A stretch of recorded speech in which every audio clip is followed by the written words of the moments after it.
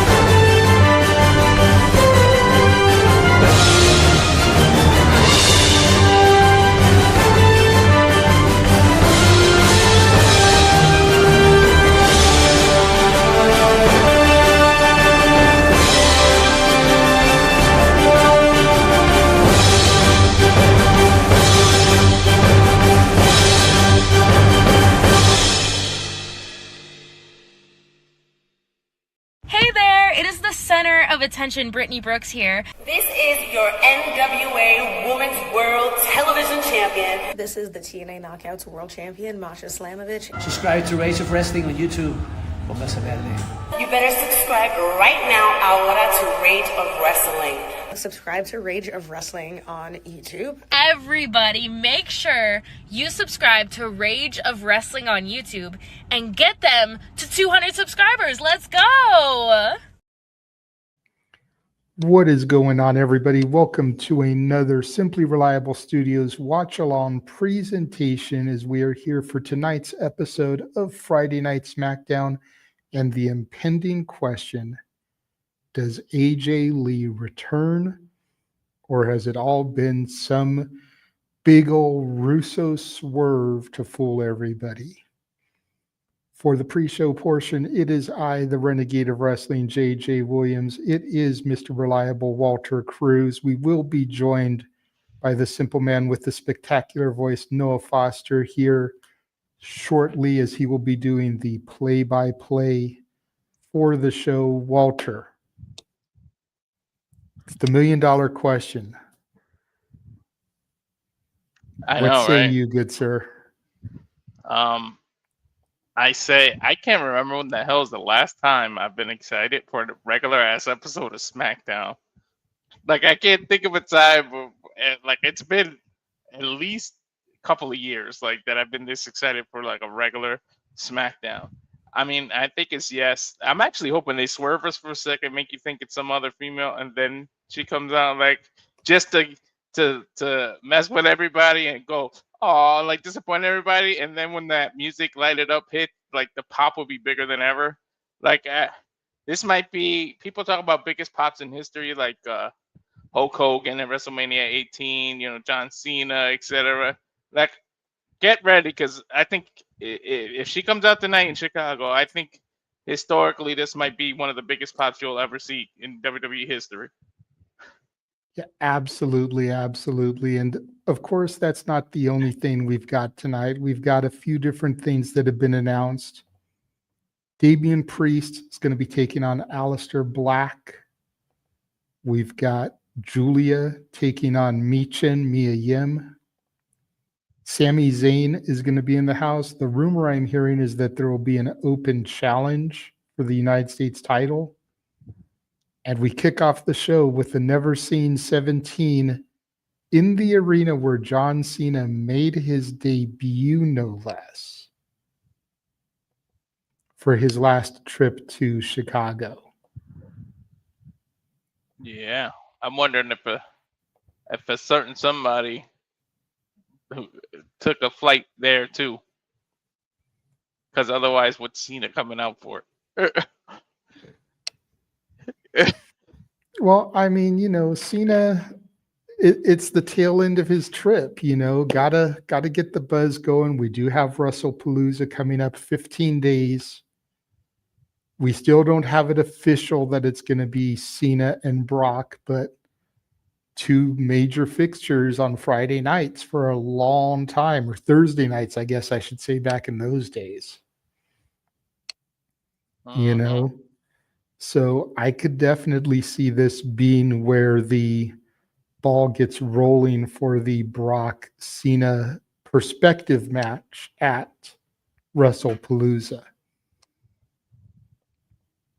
Yeah, I mean, if they do that and AJ leaves, this might be one of the most stacked SmackDown, especially SmackDown been kind of lackluster lately, if I'm being honest. So you have two of these big emphasis on big people return the same night. WWE's just piling on, man. Yeah, absolutely. You know, and then you've got the fact that Becky is supposed to have the main event spot. So you've got Becky from Raw coming over. If Becky's coming over, chances are she's not coming alone. So Seth will be with her. Heyman will probably be with her. Braun and Bronson could be with her. There's a lot of star power right there from the Raw brand coming over to SmackDown. Once Noah gets here, I know he'll say, you know, brand split LOL as he likes to do. But Punk is coming home to Chicago. Becky, there's so much going on here You can go tonight so many that ways, man.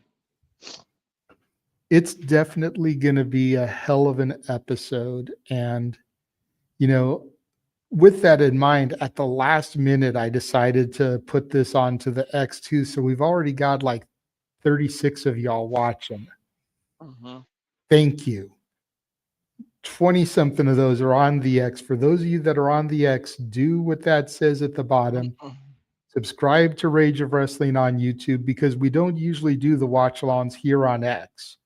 It's usually YouTube exclusive. We're only here tonight because of the possibility that AJ Lee is making her return to the company.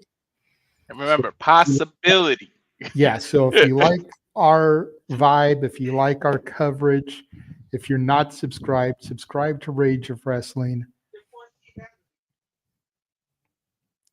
Oh, Datilla is in the chat. I already expect that, but I think we're going to get the real AJ also.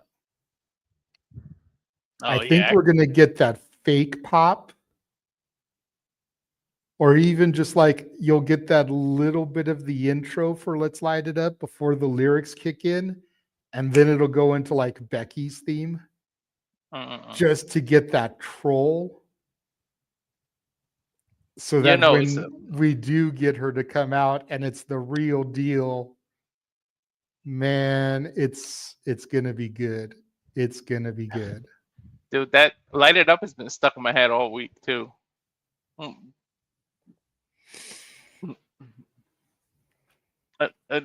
knows if they got Bronson and Bree with what happened on Monday, where Jay said, "I can't do this on my own. I need you."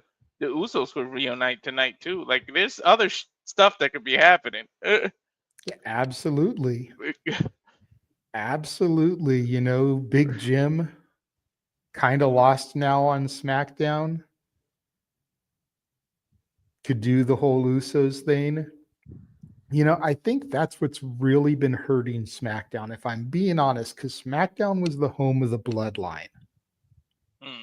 Ever since Jay went to Raw, ever since the Netflix debut, Roman has been on Raw because he's been primarily feuding with Punk and Seth, who are Raw stars. So no main event Jey Uso, no Roman. All you're left with is Sammy and Jimmy. And no disrespect, they ain't the bloodline. Right.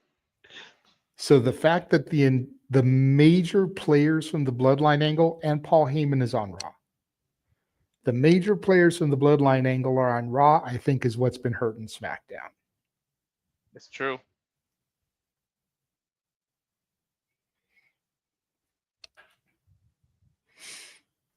So I can't wait till the numbers come out too. On top of that, because I guarantee this is going to be one of the most watched SmackDowns in a long time. 100%. Like last week, and I don't want to get into these conversations, but last week's AEW numbers were some of the worst in the show's history. Tonight's SmackDown could be some of the biggest in WWE's history, at least ever since the Fox premiere. True. And maybe even bigger than that. So, like, this could be big for the TKO era of WWE. And I'm here for it. I'm looking forward to it. I can't wait to discuss it on Shenanigans tomorrow, because whether they troll us or whether she does in fact make her return, we will be discussing this tomorrow night. You know it. And it's so smart of them to wait till Friday instead of doing it right on Monday, because it's Chicago. She lives there. So. Well, not only that, but you get the entire weekend for people to be talking about it. Mm-hmm. You know, it generates that buzz. They know the social media posts are going to be up, because what WWE really counts on is that water cooler talk. And unfortunately, while there's a lot of jobs that still operate on Saturday and Sunday, those water cooler jobs where people just kind of stand around and bullshit at the cooler, those don't open until Monday. So people are going to be sitting on this for the whole weekend, waiting to get to work on Monday so they can talk about it with their colleagues. And then, what do you think is going to happen tonight on Raw? Coming off the heels of that, which will make Raw, in theory, have big numbers also. Yeah, SmackDown and Raw. SmackDown this week, Raw next week, going to be some must-see TV.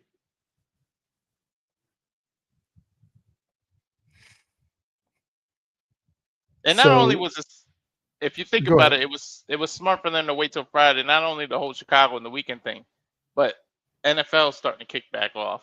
You want to take some numbers from them. You wait till Friday to do something like this. Yes and no. Yes and no, because with it being opening week, there's actually a game tonight.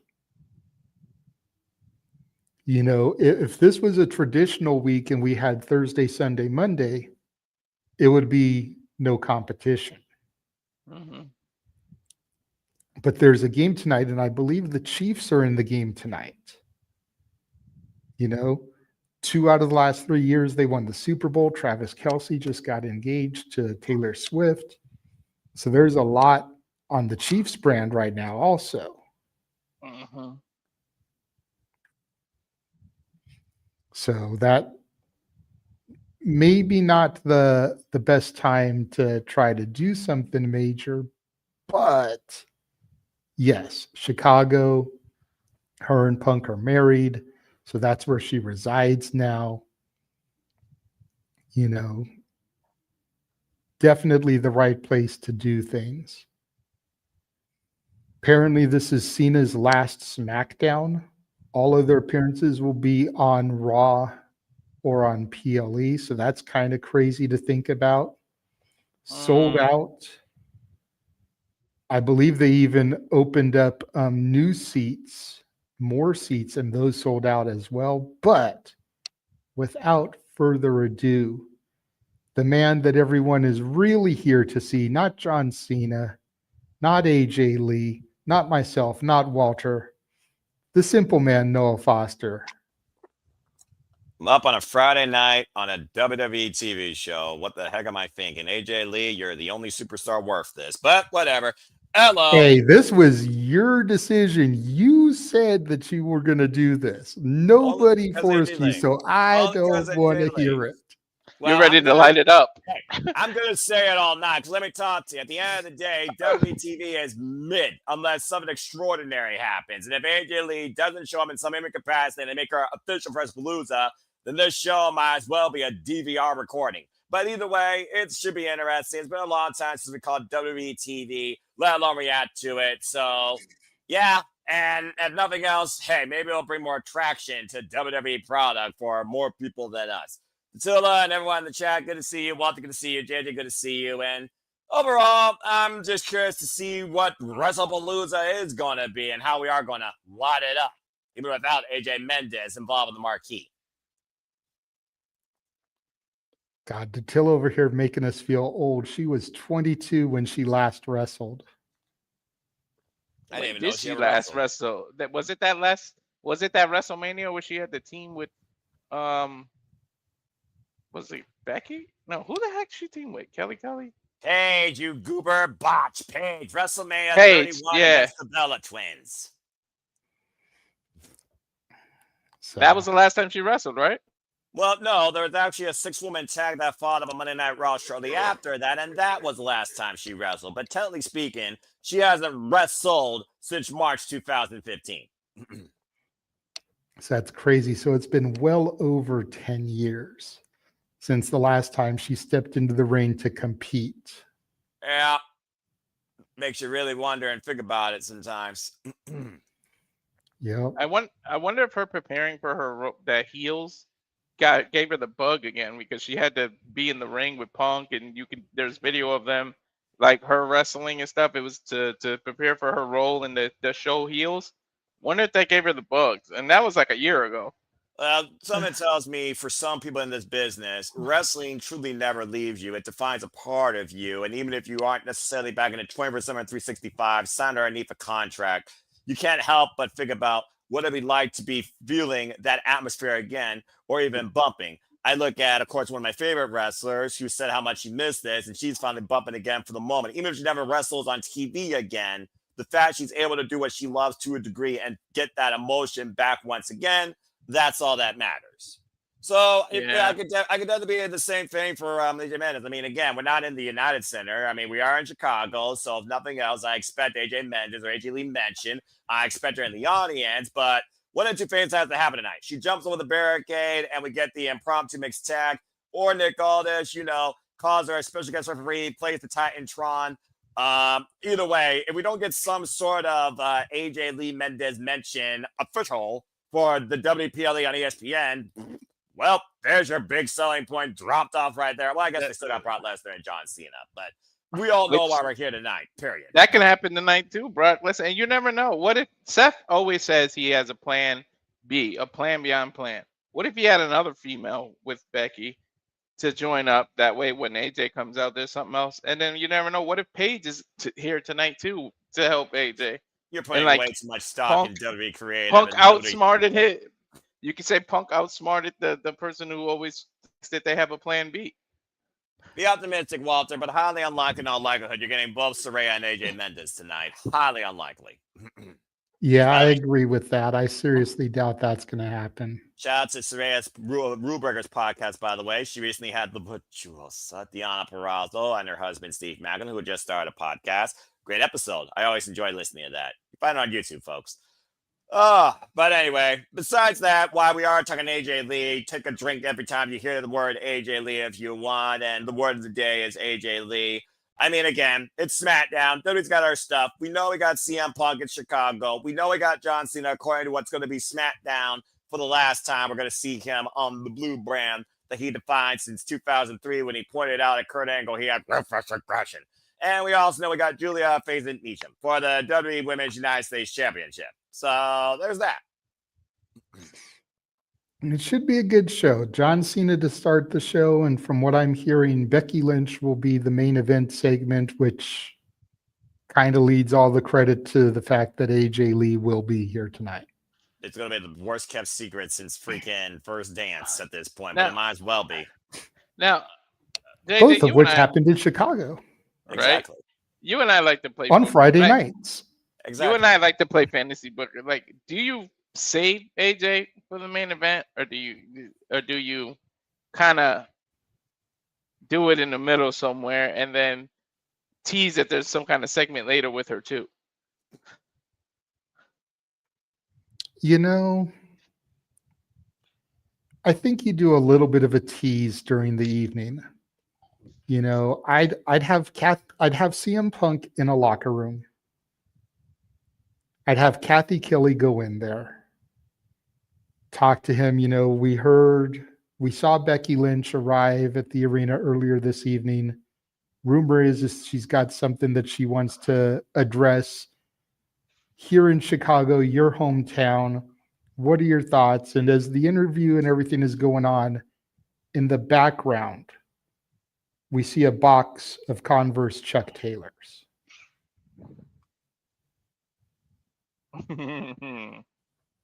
That's a good one.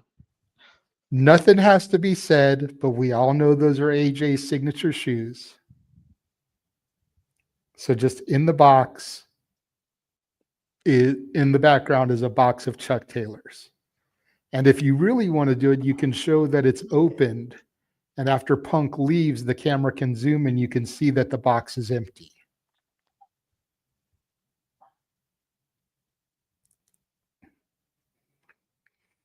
That would be my little breadcrumb, my little Easter egg. That would be a huge Easter egg, man. They say everything in WWE happens for a reason, whether or not it's the right reason or the reason that works. We'll see. But I do know also one other thing that's obvious here.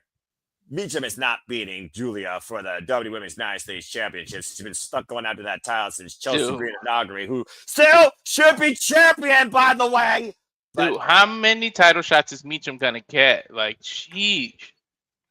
Well, I don't know if it's true, but I heard it's a non-title match.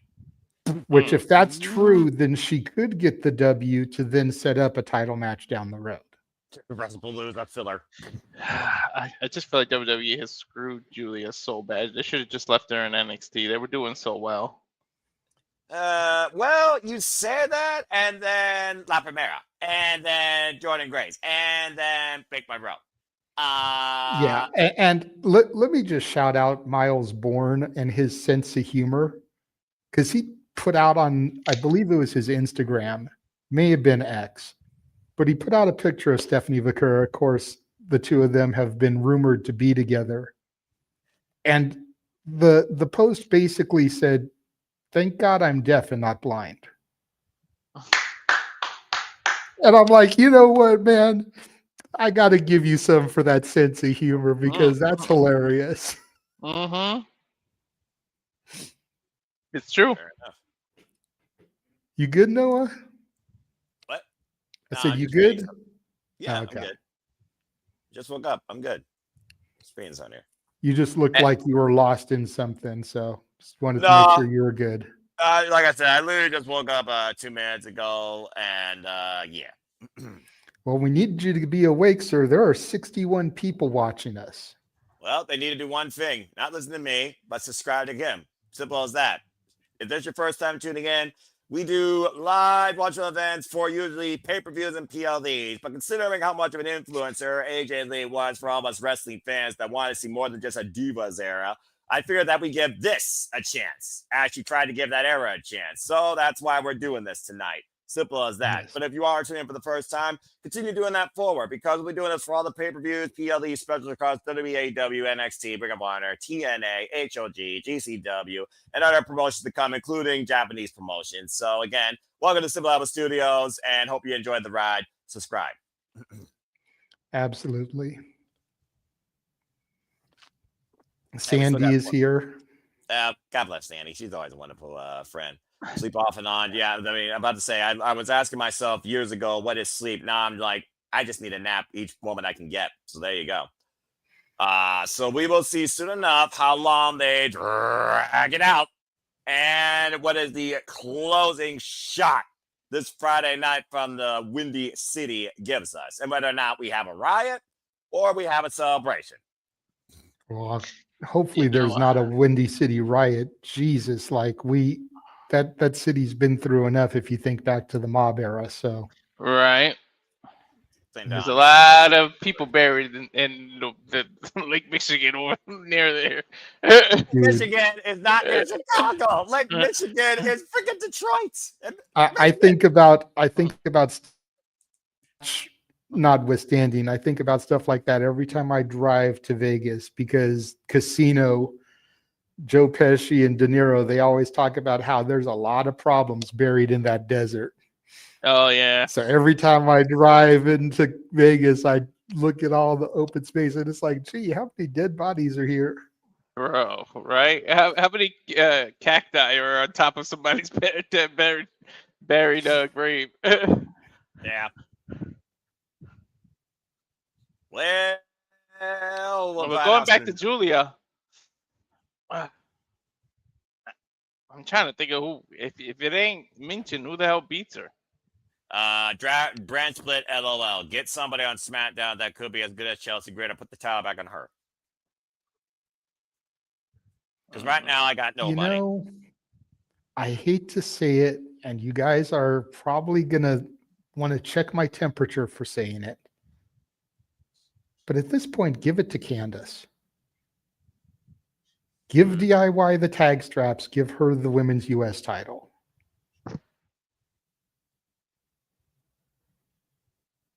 Some thought. Really? Because I really don't see. I really don't see anyone else. I mean, what are you gonna pull BFAB out of your ass? Like what? No. What they need to do is promote some girls from NXT up to the main roster to help beef up the division. But until they do that, we're kind of stuck. Or, I mean, let TNA cross over to the main roster. Get a couple of women that go after the U.S. title from TNA. Let Masha get that title.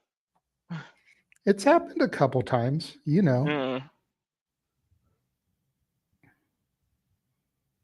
We don't see it too many times where the reverse happens, where it's TNA snatching up a WWE title from them.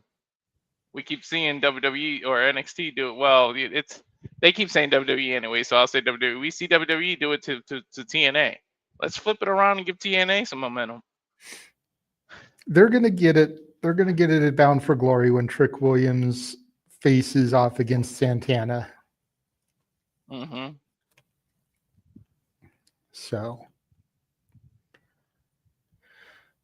well, we have just a little bit less than a minute until SmackDown goes on the air. So at this point, I will bid y'all a fine adieu. Since Noah is here, I will run our trailer one more time, and then hopefully by the time it ends, SmackDown will be live. And now for a taste of things to come.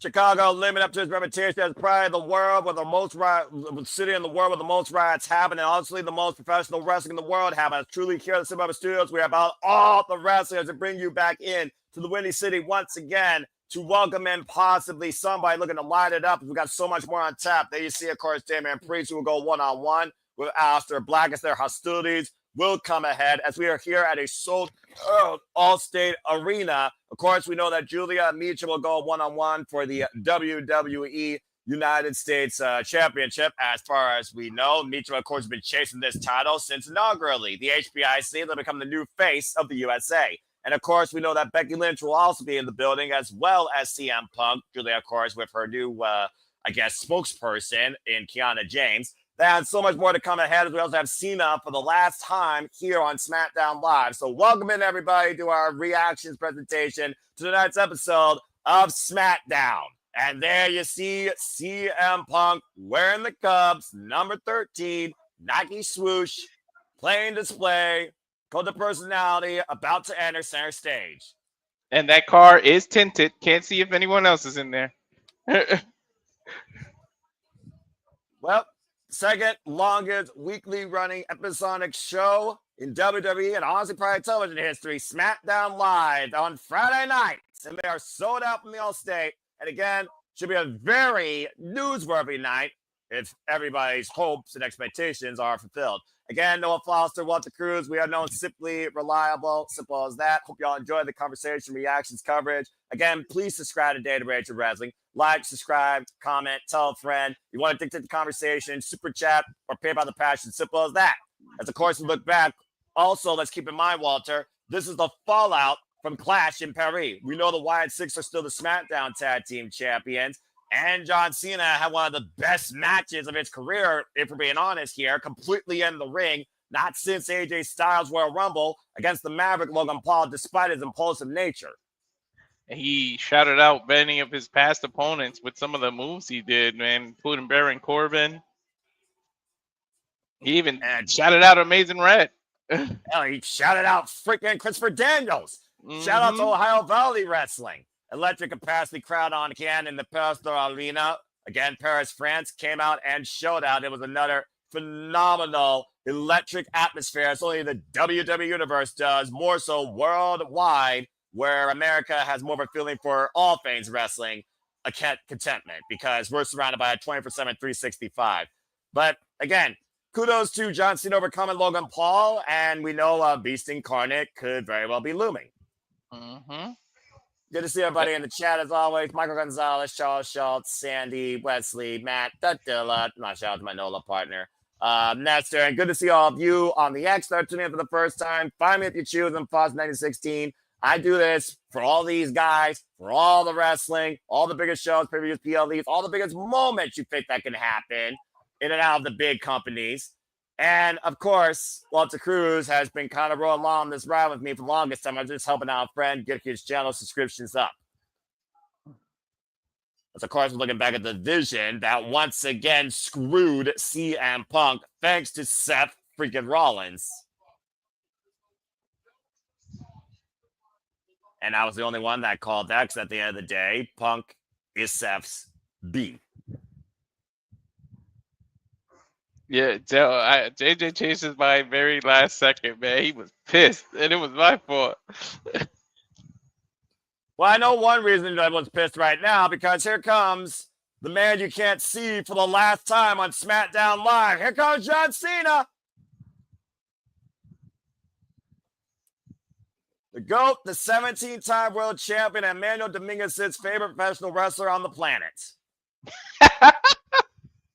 With 8 dates left. As we learn, Saturday night's main event will not take place in Boston, Massachusetts. I believe it's taking place from our nation's capital. Yep, Washington. And that DC. will be his final time in the ring.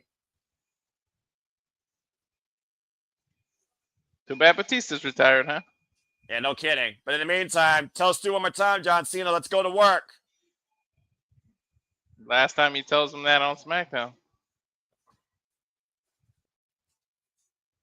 In fact, this man who made his career with 2 words, ruthless aggression, on this very brand back in 2003, 22 years later, for the last time on this show in that very ring. And then he became synonymous with 3 words, and that was never give up.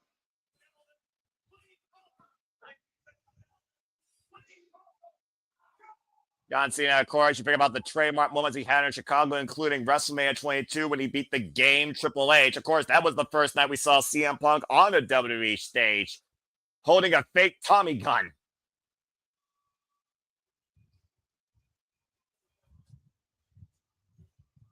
Pass the crowd on again. Gotta love that electric atmosphere here. This is awesome. It's always a reception, whether you love him or hate him. There is nobody who has given you more of a polarization of this business longer than John Cena. And nobody's gave back more. I mean, think about all the stuff he's done for the troops and everything. And just don't forget, F5 just ain't a military jet. So we can see some stuff tonight. You gotta wonder how he's feeling after that war he went through against Logan Paul on Sunday. One thing for sure, I think Logan Paul earned John Cena's respect and vice versa. That might have been John Cena's best match since he came back. The jury is out. Well, it's always something to listen to when John Cena takes a mic, so buckle in, folks. Walter, I'll let you be the transcript. Right now, I think he's just feeling it. Yeah, he's letting him breathe. He's always let the W Universe speak. And he's always listened, to be honest. He can't even speak. They won't let him speak. Well, they're saying 3 words that are going to define the rest of his life, and that is thank you, Cena. Mm-hmm. And I have to agree.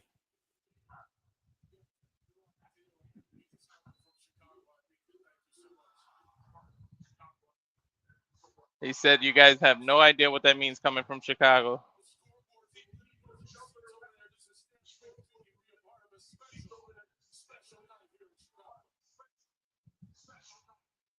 He said, I see people jumping around from the scoreboard just to be part of this night.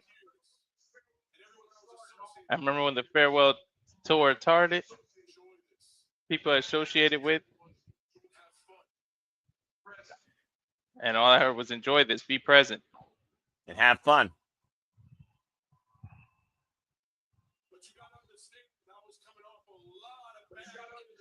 You gotta understand, I was coming off a lot of bad years. I needed to get my mojo back.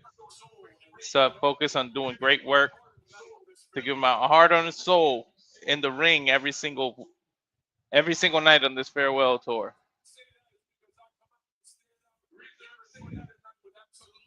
The reason I say that is because I come to stand out before you, because tonight I wanted to have fun. What's John Cena's definition of fun? Beating somebody's ass. Accurate. I gave you everything I've had. Roadblocks and pivots along the way, but tonight I'm just gonna take it in. Who do you think comes out and interrupts him? I don't know. I mean, can you imagine if AJ Lee and Brock come out the same night?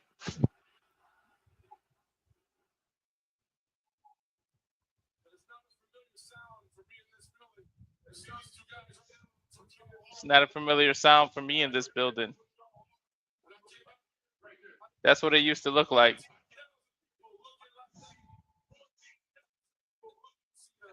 I used to see 14,000 people looking like that.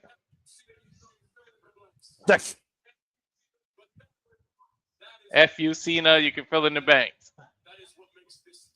But that's what makes this night special. That's what makes the building special. That's what makes you people special. You're not afraid to use your voice. You're not afraid to cheer for the ones you love, even when they're not here. You bring people back to the WWE. Oh, gee, I wonder who he's referring to. Yeah, that's a little teaser.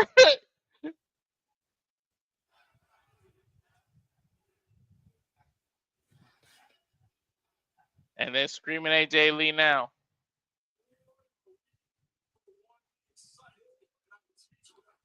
Boy, are we in for one insane night tonight.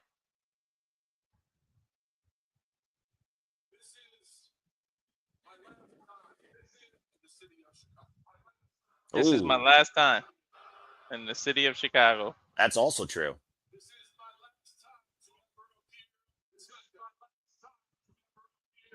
My last time ever to appear on SmackDown.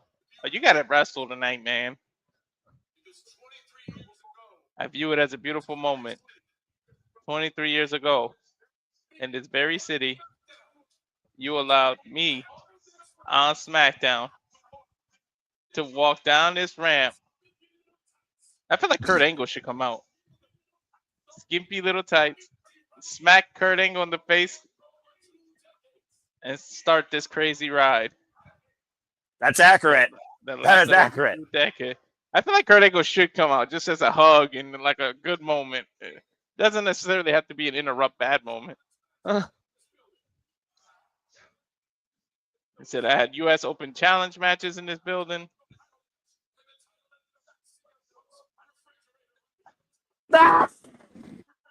He said this is the title that I ended up in second place in the title ended up in CM Punk's refrigerator. Just an argument over who was the greatest crowd in the WWE. On the inside track. With the WWE superstars, there's an argument. In my mind, there's no argument.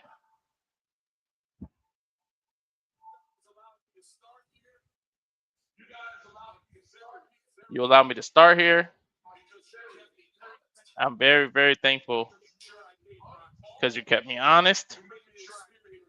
Made sure I gave my all. You let me experience failure.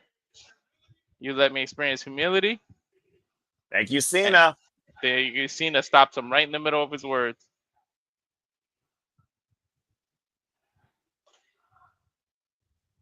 Sure, he doesn't need to give a speech in December. This is the speech right here. Right?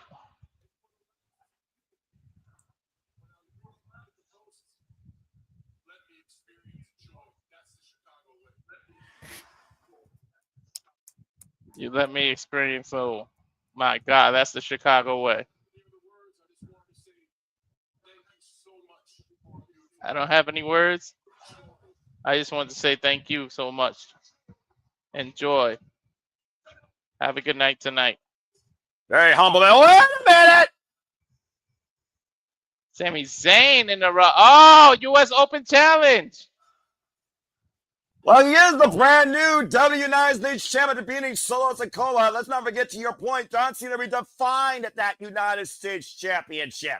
It was his first title in WWE.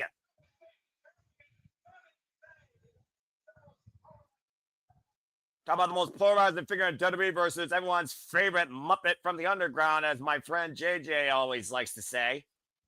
Sami Zayn, of course, who came to SmackDown to get away from hell. That was Seth freaking Rollins. Dude, if this is smart to have, if what I'm thinking, if he does an open challenge and tells Cena to answer it, well, it ain't so open, it's a challenge. If anything, he's telling Cena. To be fair, when was the last time John Cena faced Sami Zayn? I'll wait. Whew. With a U.S. gold on the line? Ooh. Are they booing Sami Zayn? Well, he did interrupt John Cena, technically.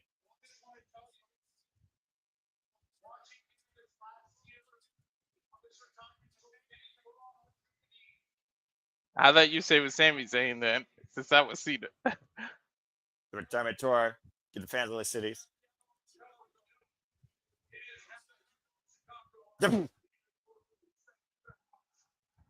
This happy hour here in Chicago. I'm here for the booze. Thank you very much, Cena. It would feel wrong, and the crowd boos heavily again to come out here.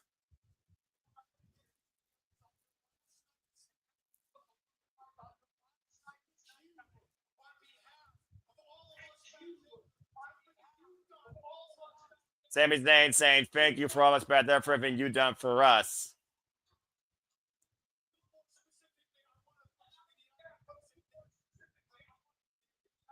Sami Zayn thanking John Cena for everything he did for Kim. Huh?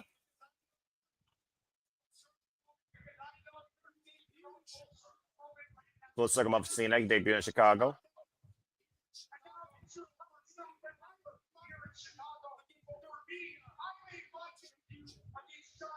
He made his debut against. Oh, that's right for the US. That's right from NXT.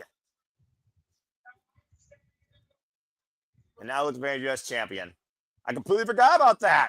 I completely forgot about that too.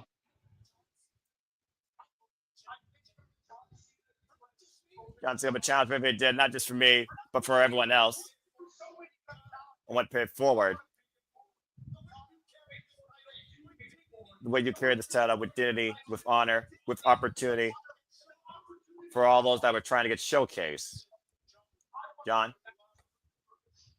I would love to carry on the tradition and introduce the Sami Zayn US Open Challenge. With your permission. What? I feel like Cena should answer it.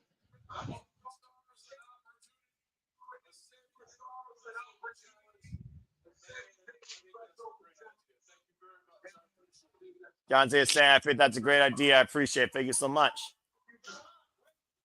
But John, wait. Don't leave so quick. Huh? You don't think. He wants him to answer it, I'm telling you. Walter, He made his debut. 10 years ago, I bet I won for the door when you gave me opportunity for this. You got one foot at the door right now. But tonight, John, tonight is your last night on SmackDown. And if tonight is the last chance I ever get to share the ring with you, you gotta be kidding me. I told you. That would be my honor to pay you back and give you what you gave me 10 years ago. And that's a shot at the U.S. Championship. Holy shit. John Cena, Sami Zayn 2 for the U.S. title. Sami Zayn the champion? Will he accept it, though? What? John Cena is a previous 5 times of the United States champion. I'm just saying. And he never backs down from anything.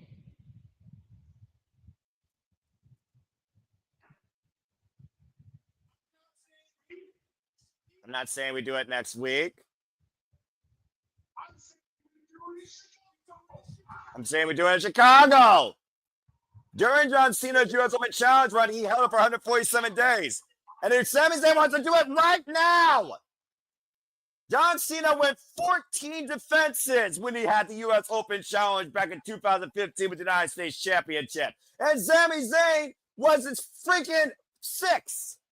The quote the greatest of all time.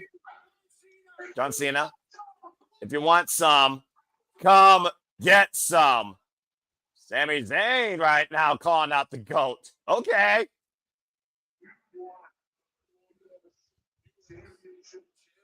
I mean, a U.S. title shot in the middle of the heart of Chicago. Can't do anything better. On John Cena's last SmackDown ever. On the show where he debuted. What the hell, you're on? We got a U.S. title match. All right. Let's do it.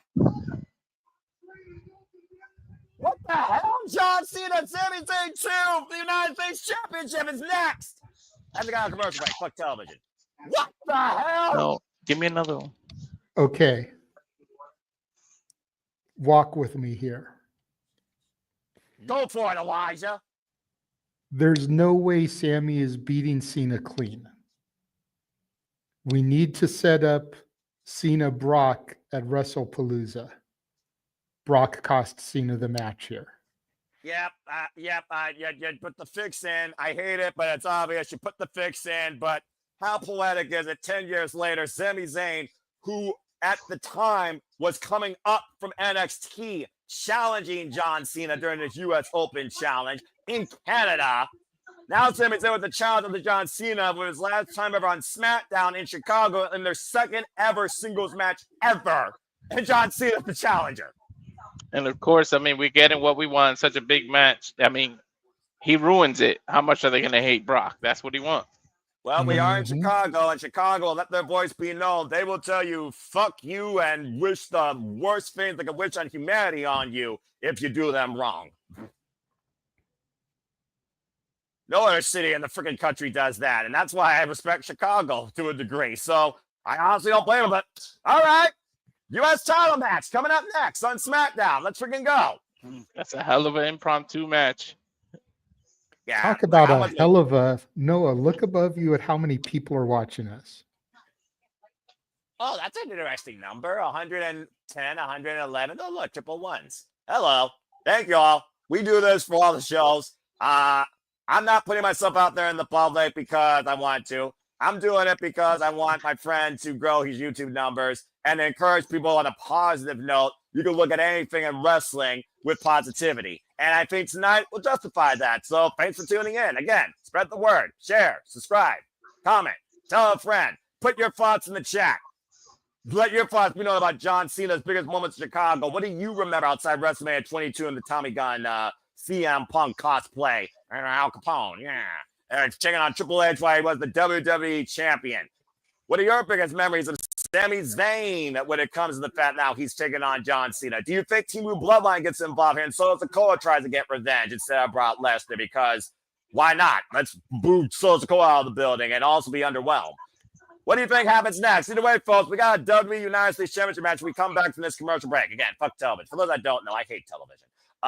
Anyway.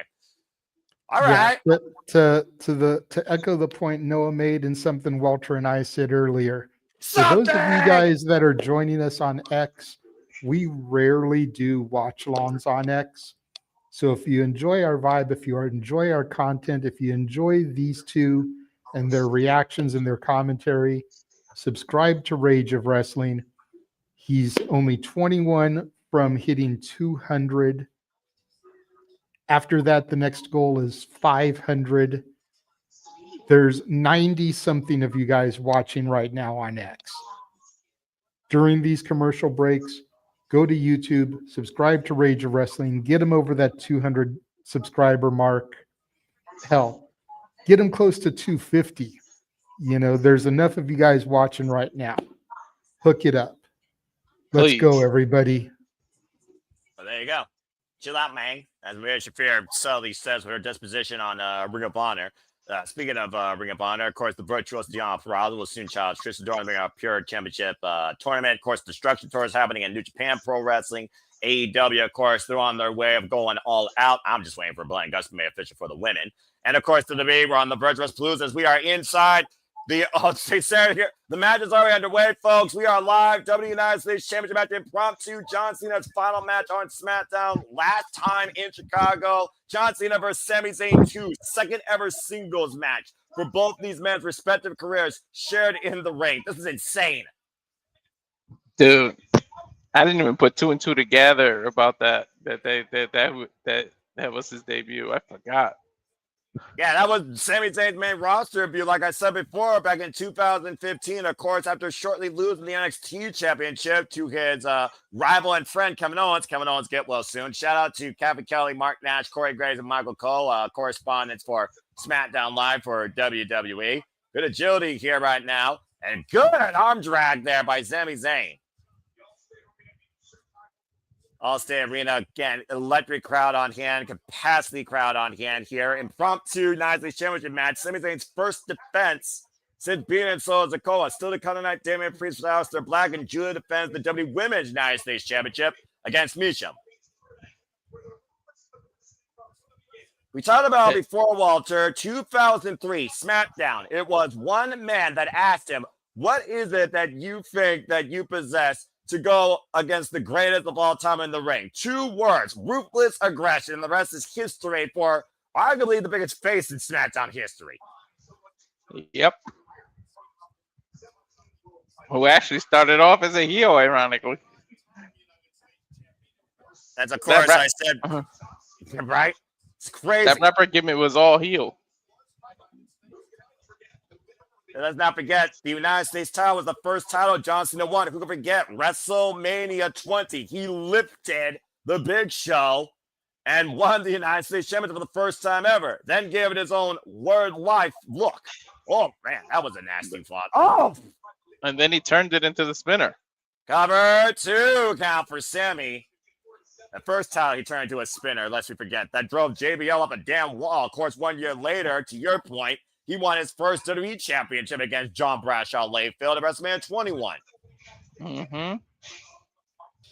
German suplex by Sami Zayn. Good takeover there. Cover now on Cena. Gets a 2 count. Woo, I'm glad he's all right. That could have went really bad when Sami Zayn kind of bad timing by Cena, but that boot kicked him right in the forehead instead of going in between them. It's not the first time. It's not the first time John Cena's opponents botched a move him in the ring. And he said, "No, you're all right. Keep going." Exhibit A: Shinsuke Nakamura. Oh God, remember that? Sami Zayn trying to hoist John Cena up in the German suplex position, and Cena at the counter. The John Cena, of course, will have the power advantage here, I would say, against Sami Zayn. As I said earlier, folks, John Cena is a former 5-time WWE United States champion. He's held that title combined 403 days in his career. Last time he held it was literally 2015 for only 35 days. And that was after he beat Seth freaking Rollins and lost it to a person that we don't talk about, Hell in the Cell 2015. Yeah, the less you know, the better. All you gotta know is that Dutch Mantel let him tread. And I'm just gonna leave it at that. And Chicago, you can imagine what Chicago would feel right now if Sami Zayn clean beat Cena in his final match on SmackDown.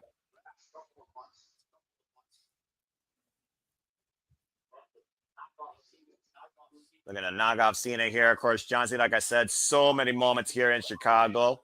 Hard Irish whip. And again, Cena unable to even stay on his feet after coming off that war against Logan Paul this past Sunday at Clash in Paris.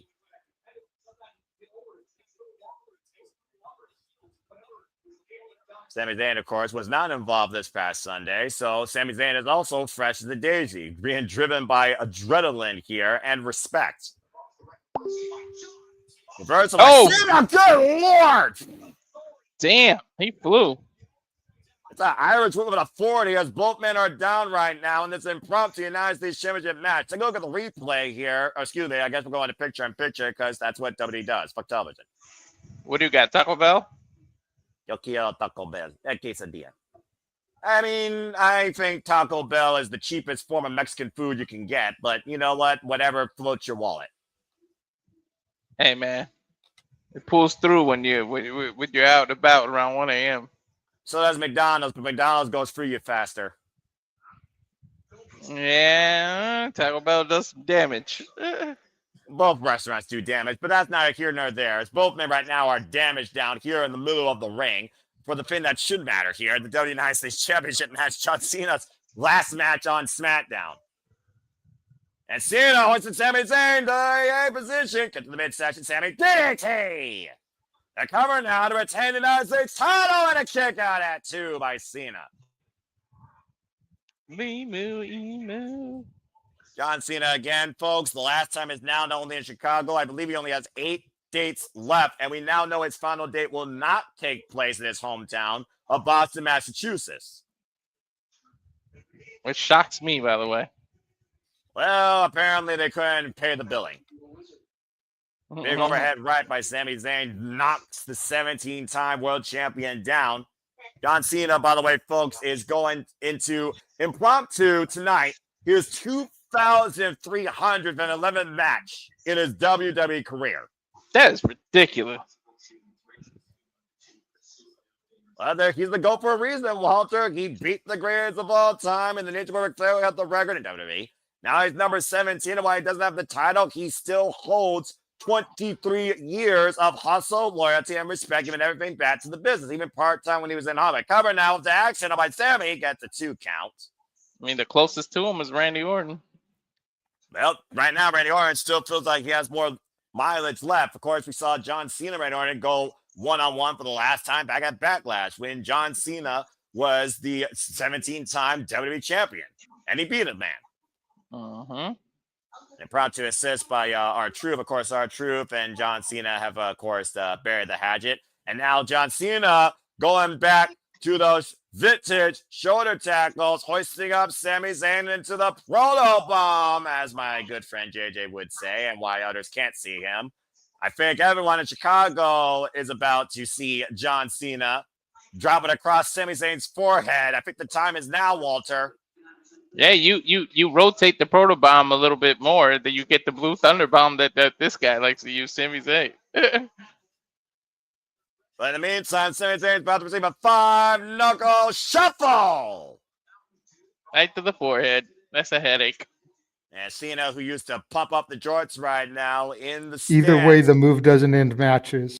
Oh, shit. JJ, don't you get me started. Hoisting up Sammy up on the shoulders. Sammy able to escape, though. Swing and a miss. Now Sammy hooking up John Cena. Boom! Thunder bomb number 2. Yeah, that's 2.5. To his point. Shut it, Walter. You both shut it. Damn it. Hell. You talk about vindication. That was instant vindication after what he just said. In the words of a Chicago native, stop me when I'm telling lies. JJ wished into existence, son of a bitch. And we're back here on Friday Night Smackdown here at Sami Zayn and John Cena for the last time. Second time ever for the WWE United States Championship. The front face lock applied now. And Cena hoisting up Sammy. And Sammy able to counter. Get to the midsection. Choke kick. Hard to choke out a man with a neck as thick as Cena, man. About to say, John Cena all muscle. Caught by Cena again. Man, kick out at 2 9/10. Damn, what does that say about the attitude adjustment? Everybody's starting to kick out of it now. Take a look at the replay, though, Walter. That was damn near close. Doesn't get closer than that without the bell ringing. I mean, he was literally out of it. He was doing snow angels in the middle of the ring. 17,000 ravenous, raw, real, authentic WWE fans speaking their voice here in Chicago. Getting a treat because they didn't know they were getting this match. Let's be honest. Certain cities in this country deserve a treat from professional wrestling because they still respect it and appreciate it. Cleveland, Ohio, Cincinnati, Ohio, Chicago, Illinois, St. Louis, Missouri. Heck, I'll even give New York credit where credit's due, especially Brooklyn. And Sammy hooking up Cena, possible exploder. Cena fighting back, though. Big elbow strikes. And internationally, they need to go to France every year now, man. Pop up and now. Oh, man. Pop up powerbomb counter 2. Sammy gets the shoulder up again. The irony that he just used KO's move on Sami Zayn. Well, we talked about Kevin Owens earlier, who, of course, also confronted Cena during his U.S. Open Challenge. Let's not forget, at that time, Kevin Owens was the freaking NXT champion, and he beat the United States champion at the time in the Elimination Chamber. Basically made his career that night. Isn't that crazy? KO and Sami Zayn both made their debuts against Cena. Yeah, but only one man holds a victory against John Cena in singles action. The other one is looking for it and has one last chance to get it. Mm-hmm.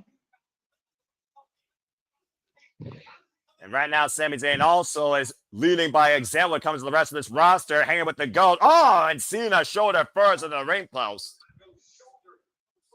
And now Sami Zayn might have John Cena poised in position in the corner.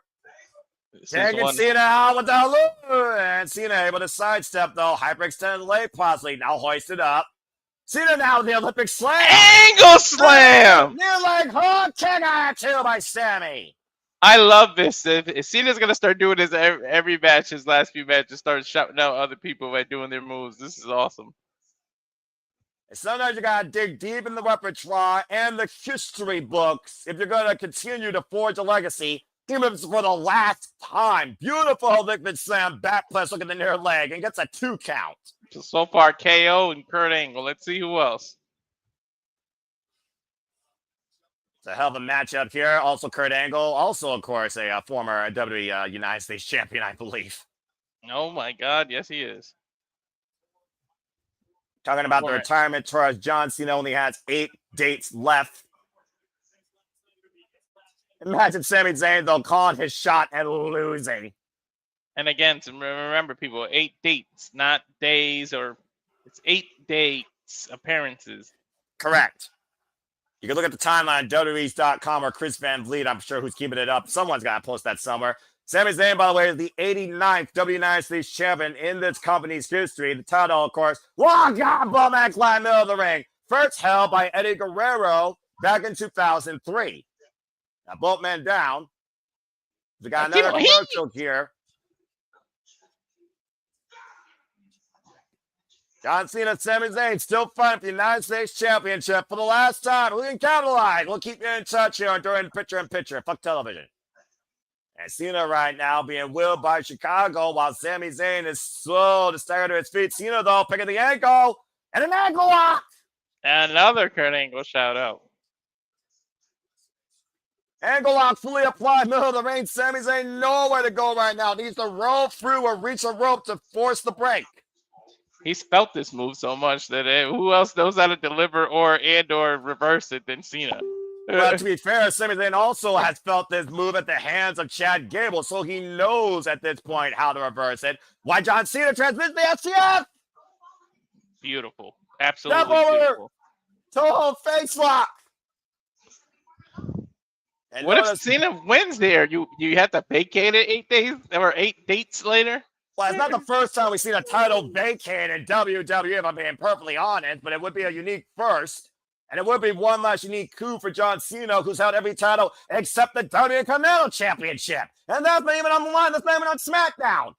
Driving back towards center. STF fully applied. Sami Zayn in a world of trouble right now. We'll see. Will he tap? Will he tap? Will Cena win his 6th for the United States Championship?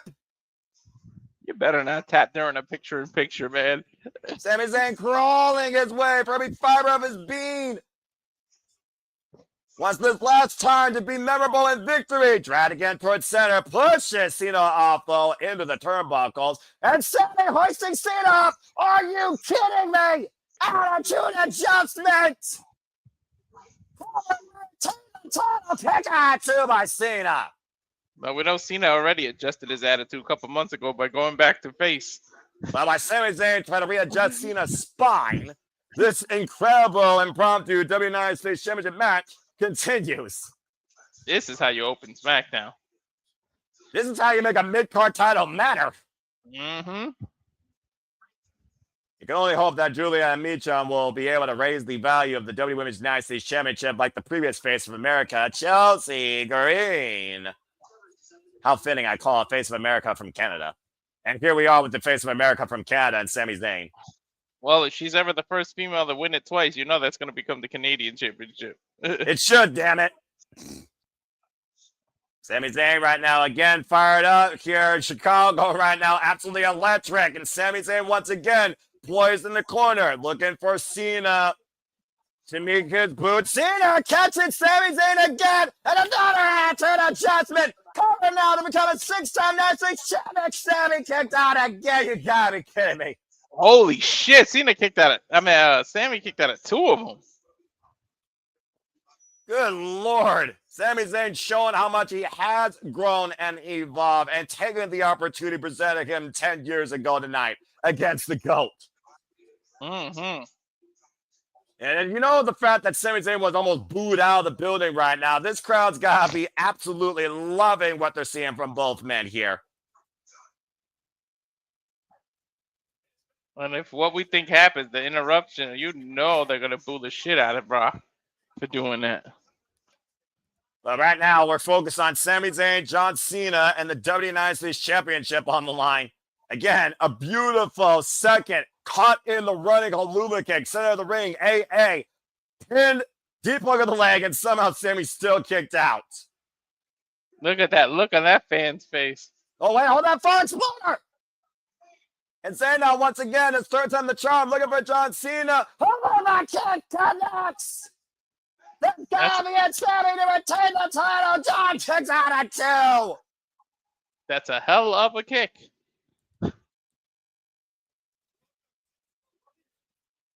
Both men, each with their kill shot, and both men survived what each one bought. Again, vicious exploder, high angle in the corner, Follow-up haluva kick, turning Cena sideways, falling towards center. Sami Zayn immediately goes for the cover, and somehow Cena gets the shoulder up at 2. I still can't believe Sammy kicked out of 2 AAs. It's a hell of a impromptu match, like I said, here tonight in Chicago. Again, the fact that Sami Zayn, the champion, humbly offered this challenge to John Cena. Yeah, Sami Zayn right now placing John Cena in position for something big out of the corner here. We don't normally see Sami Zayn go up to the top rope. He might be desperate.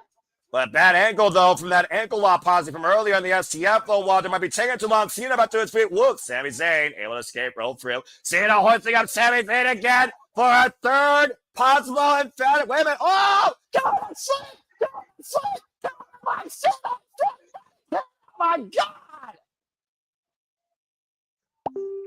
Shout out to CM Punk, Kurt Angle, Kevin Owens. I love that Cena's doing this stuff. And somehow Sami Zayn was able to kick out. GTX connects, and Sami is still in this match. Look at the face of Cena. He can't fucking believe it. He's asking the referee, did he really just kick out? At what point does John Cena start really doubting himself and facing a midlife crisis? Can he still finish the job? Can he still win? Can he still prove the greatest of all time? This is ridiculous. And he might be looking for the opportunity here to prove that. Is he setting up for a spear? That's exactly what he's setting up for. Sami Zayn slow to stagger to his feet. Spear!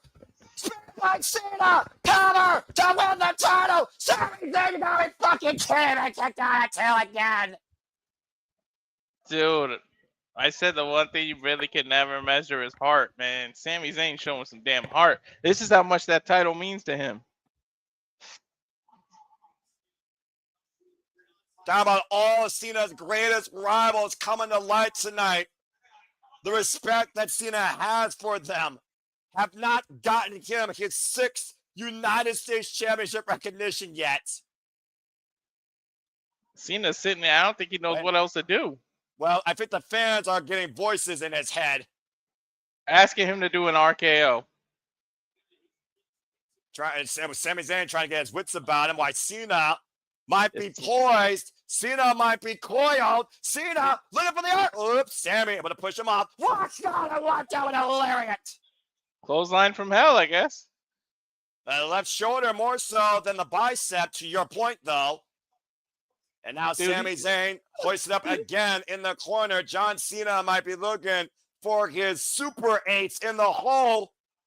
Did it to AJ Styles. Did it to Logan Paul from the inside second. Sami trying to fight out of the Attitude Adjustment position from the Avalanche elevation. Dude, I can't get over that Cena just slid. Cena still has literally. the hot water! Attitude Adjustment!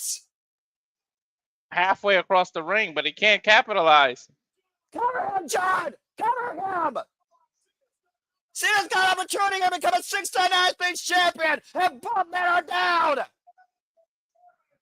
Cue the music. The referee can't do a damn thing about this. This is crazy. I did not expect this tonight. Me neither. And I am so damn glad it happened. This is awesome indeed. What the fuck? Oh, shit! Told you to cue the music. I told you to cue the music! Brock Lesnar! Brock Lesnar! Brock Lesnar in Chicago! The Beast has arrived in Windy City! Oh, shit! Oh, it's on! It's on! This is bad. Bad for both men. Oh, and Brock Lesnar don't give a damn who you are. He just grabbed the official out of the ring. That's a fine. You don't give a fuck. Lesnar now targeting United States champion Sami Zayn going for a ride. F5. I told you F5 wasn't just a military jet. The man that suplexed John Cena 16 times to the WWE World Heavyweight Championship. The man who beat The Rock for his first WWE Championship at SummerSlam. Cena up and fucking Cena by Lesnar. At that time, when he beat The Rock, he became the youngest WWE champion in history. And it might be John Cena's undoing before his retirement tour finishes. Lesnar has completely demolished this United States Championship match. He demolished everybody in his way, from Ref to Sami Zayn to Cena. Oh, Lord. Never fight a man with a cauliflower ear. Fair warning. Take it from me. Keyword, not a man. Beast. Yes, It looks like Brock Lesnar ain't done yet. Laying waste to everybody. Cena up again on the shoulders. 2 F5s. Someone call the fucking Chicago Police Department. And nobody's coming out to help. Nobody wants anything to do with this. Would you confront that man? Hell no. Look, I studied martial arts. I come from martial arts and think I know you never fuck with a man who has a cauliflower ear. Well, Brock Lesnar, damage done. 2 F5s to John Cena. You gotta consider that this United States Championship match has to be ruled a no contest. I would assume so. Chicago getting multiple treats now. Yeah, well, they just saw Cena for the last time on SmackDown get F5. As we go to full commercial break, we gotta restore some order here, folks. Commercial break, fuck television. What the fuck? Whoa! Woo! WWE's bringing it so far. Well, that's one way to kick things off. Laying the SmackDown. Jesus Christ. With 2 minutes to find those damn words on this brand. So we got a commercial break here. Let's go ahead and acknowledge the chat here real quick. Charles Salt saying best opening. Fan RKO, you're right, Matthew. Matthew with the bork laser. That's hilarious. Michael Gonzalez, business picked up. You're damn right. Eat, sleep, F5, repeat. New shirt coming to wshop.com. Stay tuned. Did say beforehand, Brock is going to show up. You and JJ both said it, but still a phenomenal contest. Sami Zayn has nothing to be ashamed of. The jury is out whether or not Sami Zayn could, would have, or ever should have beat John Cena. But that was honestly Sami Zayn's best match right now in a long damn time. If that doesn't fuel Sami Zayn to prove how much of a fighting champion he can be, I don't know what will, but either way, Sami Zayn's still the United States champion. John Cena and all everybody laid out. Sami Zayn showed so much heart just now. Good God. I don't usually get that freaking worked up in a WWE match on TV, particularly. Well, I was before you came on. I told JJ that this is the first time I looked forward to SmackDown in years that I was more excited. And thank you to the 155 of you watching us right now. Again, read the bottom. Subscribe, guys. Please, if you go on over there, subscribe to Rage of Wrestling. Get me over that hump. Yeah, about to say, again, Safet saying, what a match, and Team 4-Star said, nice. A gaming reference. I respect that. Thank you for that, Weston Safet. And yeah, seriously, folks, if you enjoyed, are you not entertained? This is what we do for the biggest shows and pay-per-views across professional wrestling. You got a taste? You like this taste? Then subscribe. It's as simple as that. And thank you all again for tuning in for the first time. Again, find me on the X You Choose and Fox 9016. I mostly just do predictions, support my friends across all things wrestling to help him grow his channel. Particularly follow this man, subscribe to this man, show your love and support to my friend here, Walter Cruz. We are super reliable. We do this again for all the biggest shows and pay-per-views. And yes, as we talked about earlier, we will be calling both AEW All Out and WrestlePalooza that same day live, as they will basically be back-to-back. So please stay tuned for more on that. As we got a commercial break here, you got to wonder now, it's got to be pretty much official at this point. Nick Aldis just has to give us a freaking signature on a dotted line. They got to be doing Brock Lesnar and John Cena WrestlePalooza, right? Yeah, I mean, Cena's probably going to call him out on Raw. Well, again, it was SmackDown for the last time for John Cena, but here's a funny note for you, Walter. While tickets here are $80 right here in Toledo, Ohio, SmackDown is here next week in my home city, and Brock Lesnar is supposed to show up. In Toledo? Yes. Wow. I am broke and I'm not going, but still, it's very interesting to say the least. Then again, he was also here when he did the Raw Spelling Bee, so I mean, you know, not the first time Brock. They are scheduled at different spots, so I don't know when they can touch each other ever again. Besides, the Palooza have made official as we get a beautiful shot of Chicago skyline here. Talk about being twisted hard. John Cena taking for the ride twice on the F5 by Brock Lesnar. By the way, you know Chicago is on Lake Michigan, right?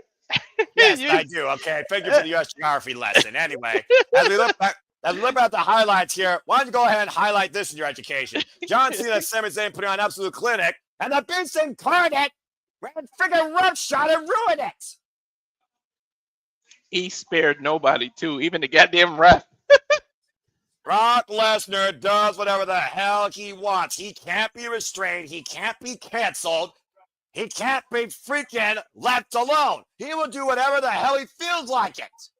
And he proved that to Sami Zayn and John Cena with ridiculous strength F5s. But saying as such, of course, on the real target he came back for at SummerSlam, hitting John Cena with another emphatic F5. Cena's been F5 now 3 times in the last damn month. Suplex City, bitch. Didn't Suplex City, bitch, start with us, Cena? It did. What? He said, John, I'll see you at WrestlePalooza, bitch. Well, I guess official. Stay tuned, folks. Brock Lesnar called out the GOAT, and it's on. At WrestlePalooza, it's John Cena versus Brock Lesnar for the last time. Saturday, September 20th. And again, it's the first WPLE on ESPN Plus exclusively here in the U.S., Netflix internationally, and select markets. We got it, Walter. There it is. It's official. Can you imagine? Only Lesnar, a man that size or a beast that size, has the balls to call Cena a bitch. Nick Aldis right now is furious.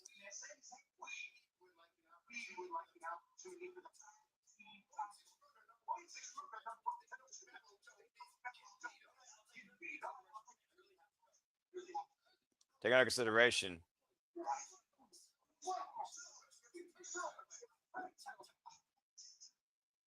And it looks like Melo had different intentions while the Miz got a tag time match for that. Wait a minute.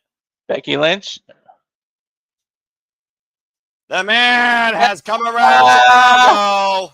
I knew it. I knew they were going to do that just to fucking piss everybody off that was going to be her.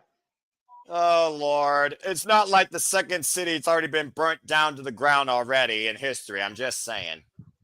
I knew they were going to do that. I feel like we're going to light up something different here tonight. It's going to involve Ambers. Well, if you got a moment to breathe right now, let's go ahead and take a look at the mystique, aura, and mental warfare of one particular WWE superstar here, and that is the former NXT champion, Aleister Black.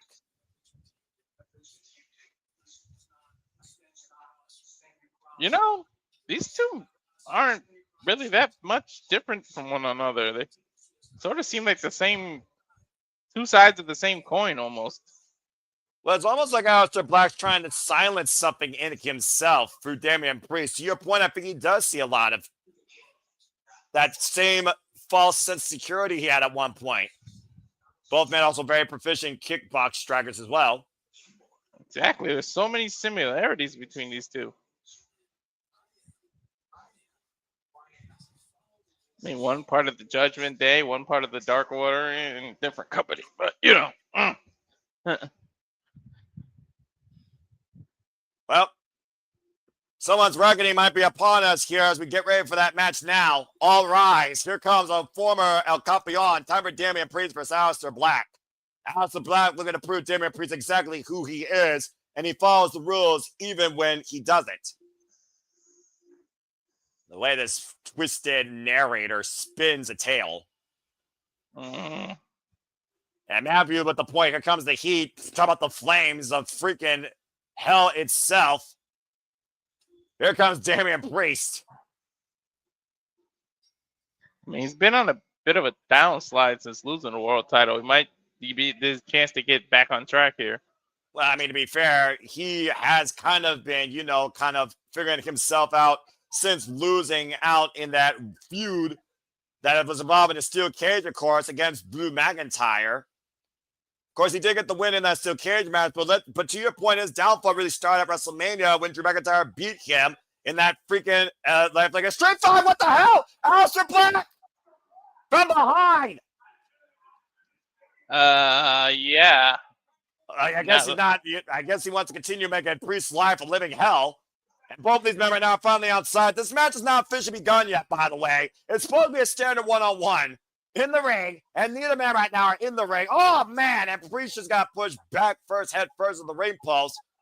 Jumping knee strike, Aleister Black drives Priest in the W Universe. Aleister Black says, screw my entrance. Which sucks, because I like his entrance, damn it. Well, clearly, again, Aleister Black plays by his own rules, even if others don't, as they're checking on Damian Priest right now.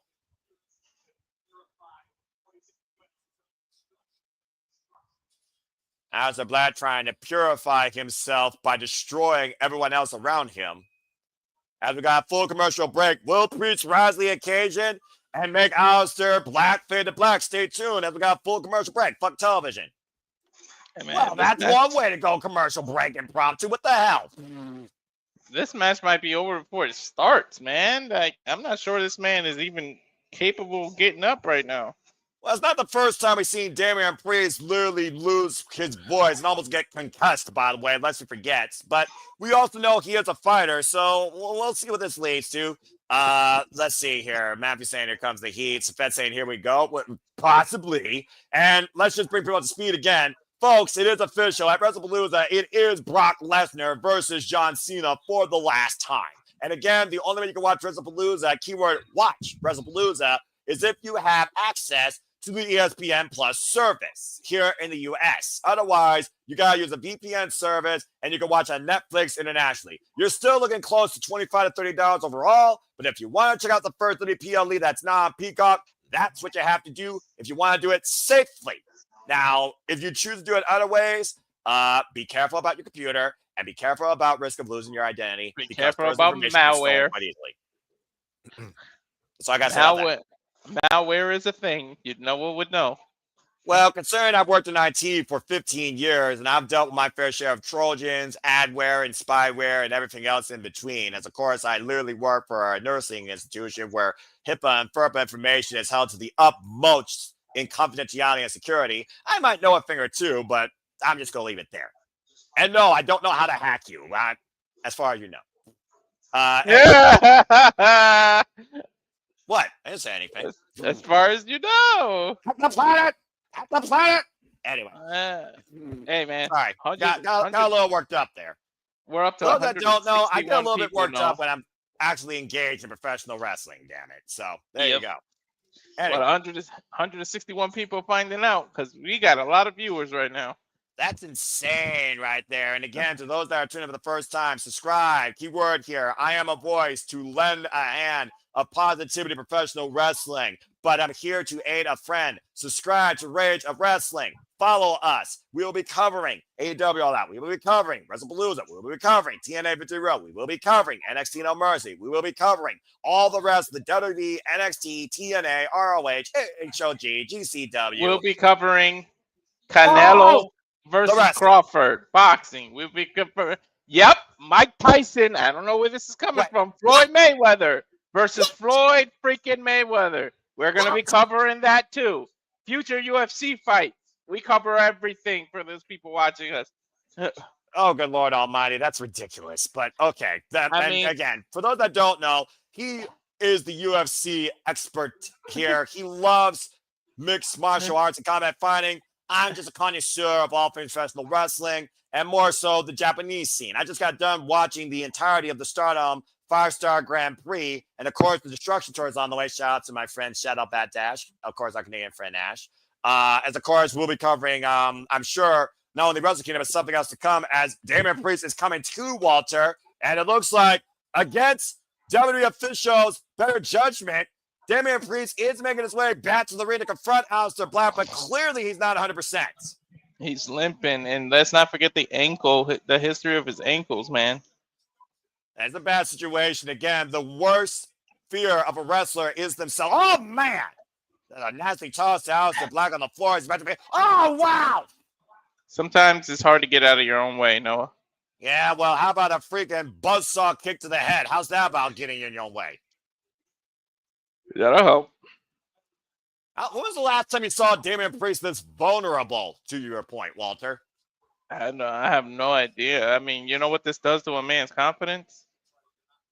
Yeah, I mean, both of these men are trying to get opportunity clearly towards the championship. Again, to your point, Damian Priest, former World Heavyweight Champion. Aleister Black, former NXT Champion. Swing and a miss by Damian Priest. The bell has rung. This match is officially underway, folks.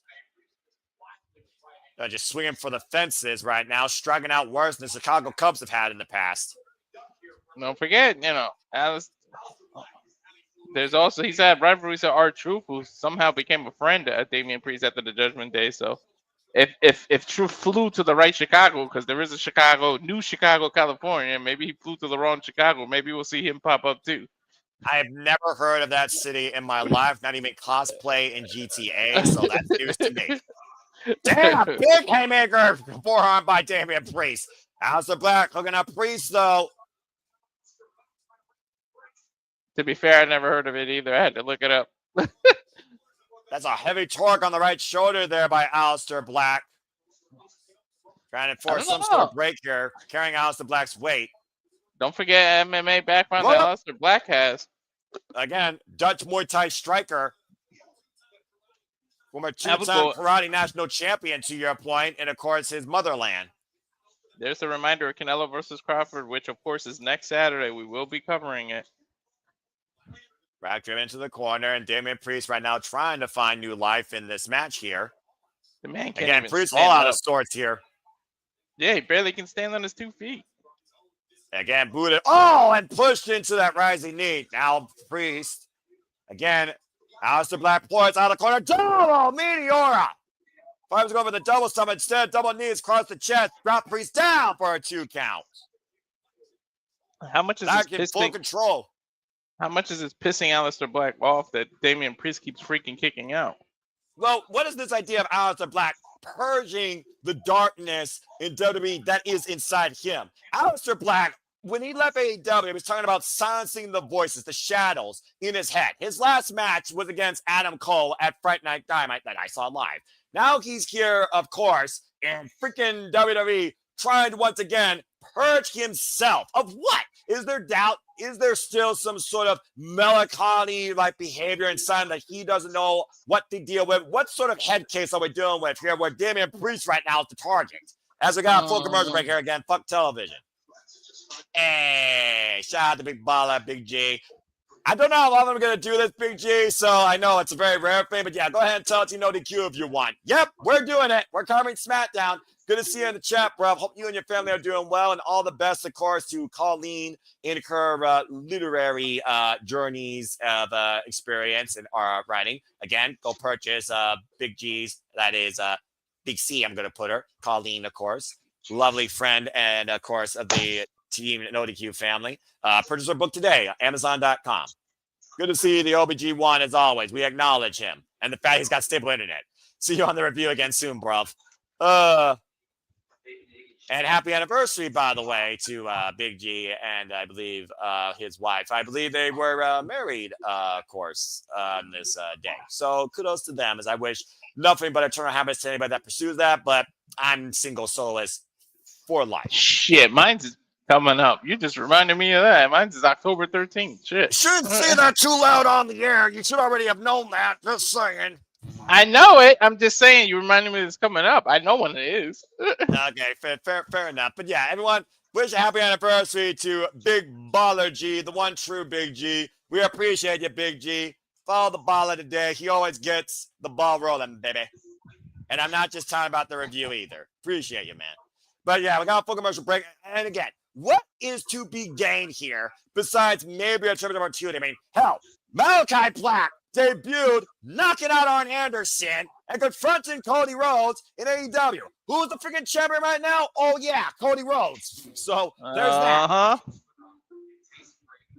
Meanwhile, Damian Priest, to your point, former El Campeon World Heavyweight Champion. He's never been the WWE Champion. But, of course, he was literally locked in that triangle with him and Drew McIntyre. And Drew McIntyre has Cody Rhodes in his crosshairs for the WWE Championship. In fact, we haven't seen Cody since Drew McIntyre claymored him through the damn announce table LED. What's at stake is momentum, man. All you need is that one victory to get you over the hump, start a streak, and get you a title shot.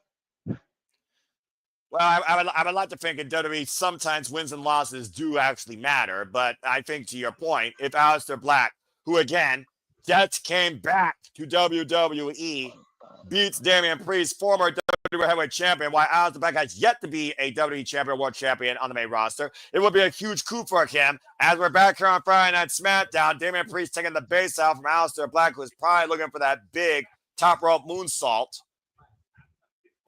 And talking about the overconfidence you were saying earlier, Walter, when it came to Aleister Black, I think it's finally coming back to haunt him. Despite the fact he assaulted Damian Priest before the bell, Damian Priest right now seems pretty much in control here. Hoisting up Aleister Black, looking to send him for a ride. Hey-oh. And Black able to escape. Uh-oh. Go for the ride. Oh, man. Oh, that back elbow. Oh, and again, a vicious running rising knee strike. That might not Priest lights out. Covered by Aleister Black on the far leg, and a 2 count. Based on those eyes, I think the lights are on, but nobody's home there for Damian. And you talk about, again, that innate sixth sense professional wrestler. You also talk about the attribute that you can't measure, Walter, and of course, that is heart. We know both these men have that, even if one man's heart is black as night. Yep. I mean, at one point, both their hearts were black, to be honest. Well, I mean, again, it's been a rough ride for, of course, Damian Priest to the top here. Another big elbow, though, rocks out the back. We're looking at two of the stiffest strikers right now in WWE, by the way. I just want to put that out there for different reasons. Like, again, rocked off that elbow. Big boot, though, rocks Priest back to the corner. Still to come tonight, Julia defends the Women's United States Championship against Meacham. Priest takes Black down with a flying clothesline. And CM Punk is also in the building, but also is Becky Lynch.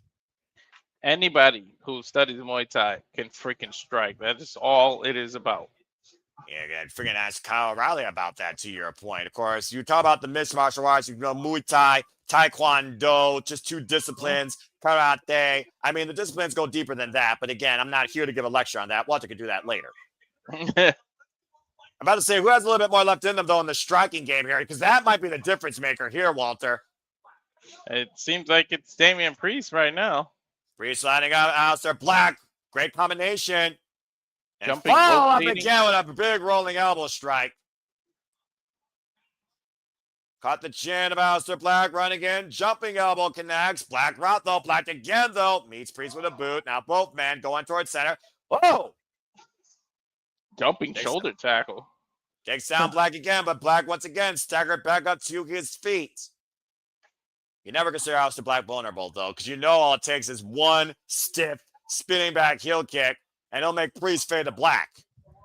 And the fact that he gained momentum before the match even began by attacking Priest at the beginning. So, cross body going old school there.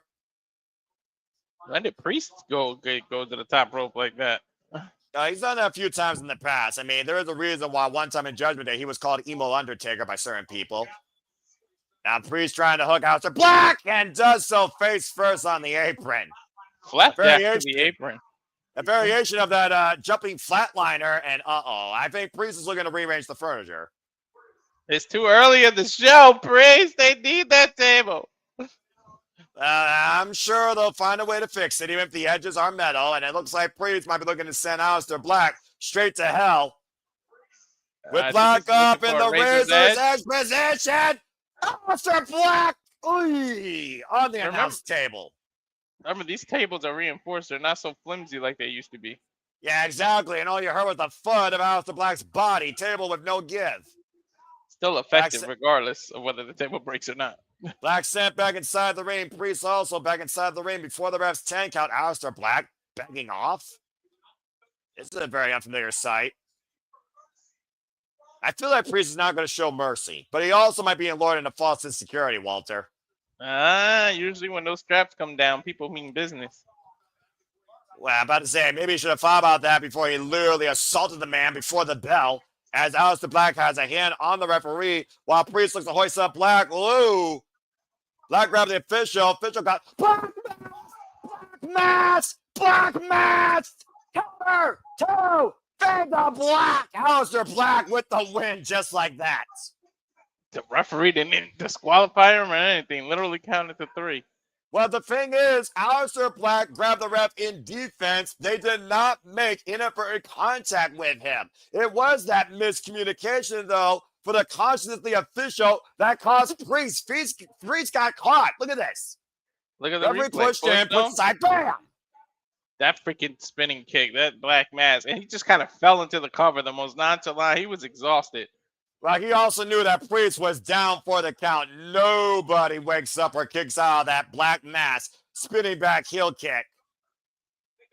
It's a nightmare once you get hit with that Black Mass. The lights shut off. Well, to your point, Priest right now, is there anybody home? Eyes glazed over.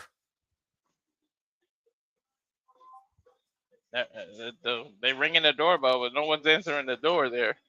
Well, speaking of answering the call, Meacham looks to answer the call once again to become the face of America as Julia is set to defend her Women's United States Championship. Still to come on SmackDown and so much more. We got another commercial break. Fuck television. Triple Well, I. that went about as I expected. Again, diversion.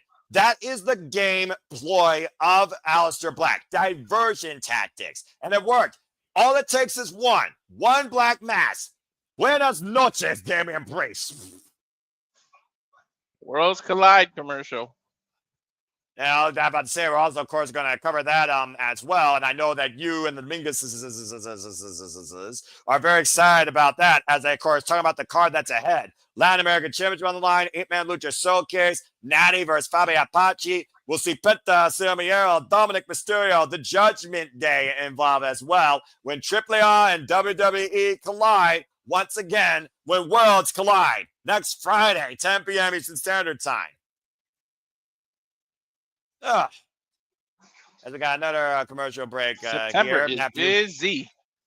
I mean, there's no sleep, there's no rest, there's no days off for professional wrestling. Damn it! But anyway, Triple I looking stacked too, man. Accurate. Oy vey. Again, Is thinking it of those that are Apache? tuning in. I forgot Apache. Isn't she involved in Speed too on NXT? She is. She's the next round. She's gonna face who the hell? Yeah, that's a good point. Again, Brand split LOL. But to your point, Speed doesn't matter except the movie. The movie Speed. I'm not, of course, talking about 50 miles per hour bus. When I was once a wee lad, I did watch that movie, so that way JJ could be a little happy about that. But it's had the most horrible sequel ever. The sequel was horrible. What the hell would you make a sequel based off that? I don't know. It's on a boat on the sequel. A boat, really? So, you know what? I'm just going to leave that alone because this is not Rotten Tomatoes, and I'm just going to go into a whole tailspin of ranting, and no one wants to hear that. We're about professional wrestling, at least tonight. But anyway, what was I saying? Oh, yeah. Well, to your point about the Speed whatever title nonsense that they're doing for WWE NXT, Candice LeRae did beat Xia Brookside this past Tuesday to qualify. Speaking of TNA, we now know Walter, and we're covering up Our Glory. You very well might be right on your boy fulfilling his path of purpose on the grandest stage, one-on-one for the TNA Championship. Santino Marella made it official. It is that one-trick pony, freaking Booker T cosplayer, Trick Williams defending the TNA World Championship against Mike Santana.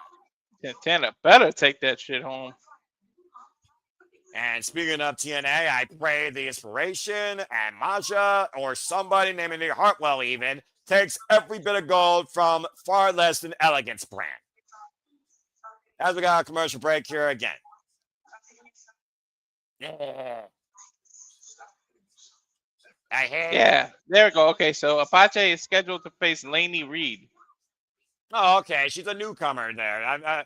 She had a pretty good match against Jessie Jane. By the way, I think fatal influence is not fatal. I think it's absolutely falling to the wayside. So that's a whole different conversation. Oh, It that's would be this poetic, Tuesday. Matthew, if that happens. And again, we will cover it as, of course, we did learn Indy Hartwell did beat Jody Fred and Danny Luna in that triple threat match. Of course, Danny Luna was not very happy about it. But yes, to your point, Indy Hartwell will challenge for the TNA Knockouts World Championship outbound for glory. But Masha Slamovich gets her crack at Ash first at Victory Road later this month. I hope she drops her and smashes her. I wouldn't mind seeing Masha go back to Bound for Glory, this time as champion. 1 year later, when she won the title against Jordan Grace, her ultimate rival, which I saw live again. Indy's definitely winning. Both Indy and Santana are walking away.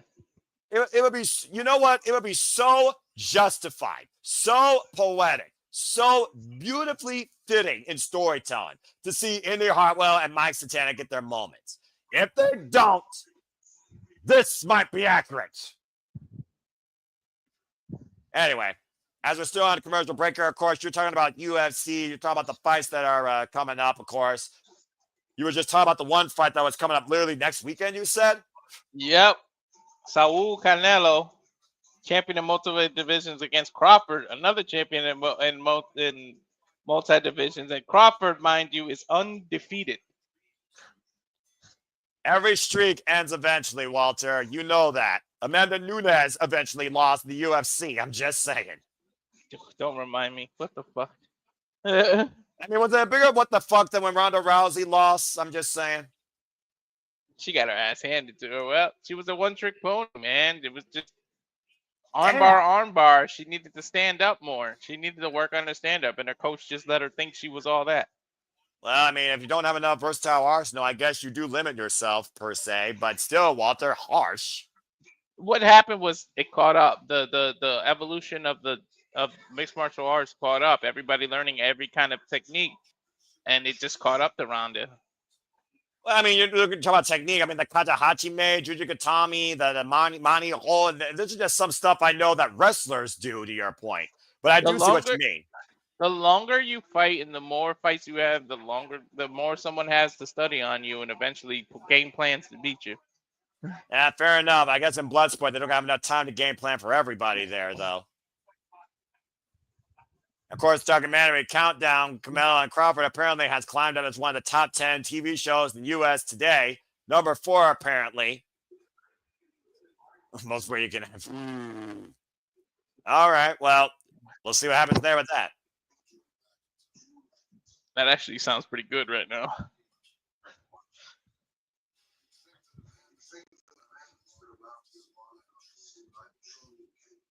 Looks like we're getting a bit of a promo package for possibly another grudge match to come, either at WrestlePalooza or on SmackDown. We did hear voices earlier with 3 letters, but we didn't see them connect. Of course, talking about the Viper Randy Orton, who dropped Drew McIntyre with an RKO out of nowhere. I still can't believe we saw Cena slither. Can you imagine? Can you imagine if we saw John Cena deliver an RKO? Imagine. I mean, the shout-outs. I'm loving that Cena's doing this. I really am. Yeah, it really makes the farewell tour that much special, considering all the influences he's had in his illustrious WWE career.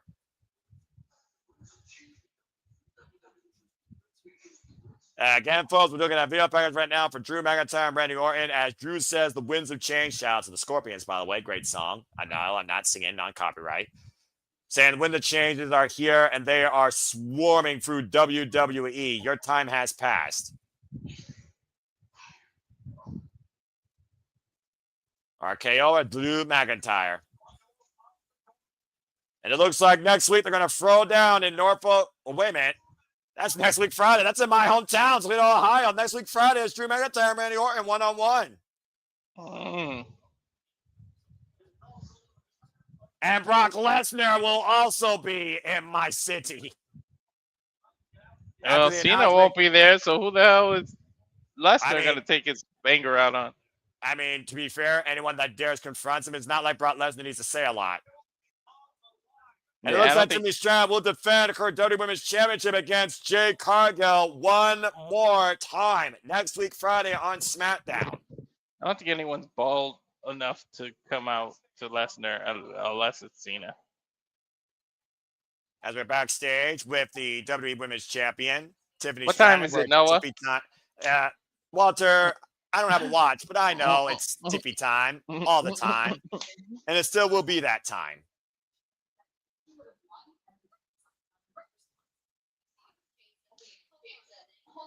As, of course, Jade talking trash, unable to back it up. Why Jade did say, apparently, that if Tiffany's foot wasn't on the bottom rope, she would not be champion. One can make that case. Well, all that matters is what you do the next time the bell rings. Well, all that matters is the results in the record books. And Kathy Tiffany's Kelly, saying thank she you can for that survive support. the eye of the storm. Yeah, Cargill in the fridge on screen. Nia Jax.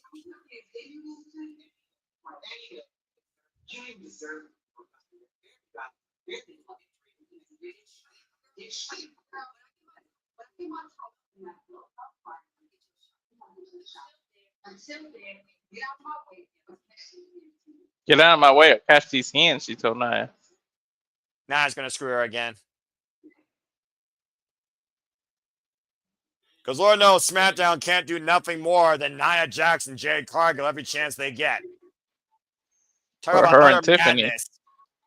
Well, at least Tiffany, you know what? Never mind. I'm not going on a rant. But right now, I might go on a rant right here if they don't do something better with this championship and this former World of Stardom champion. Time for a WWE Women's United States Championship match. Julia and Meacham. Of course, Julia is escorted now by her representative. How the fuck that happened? Kiana James.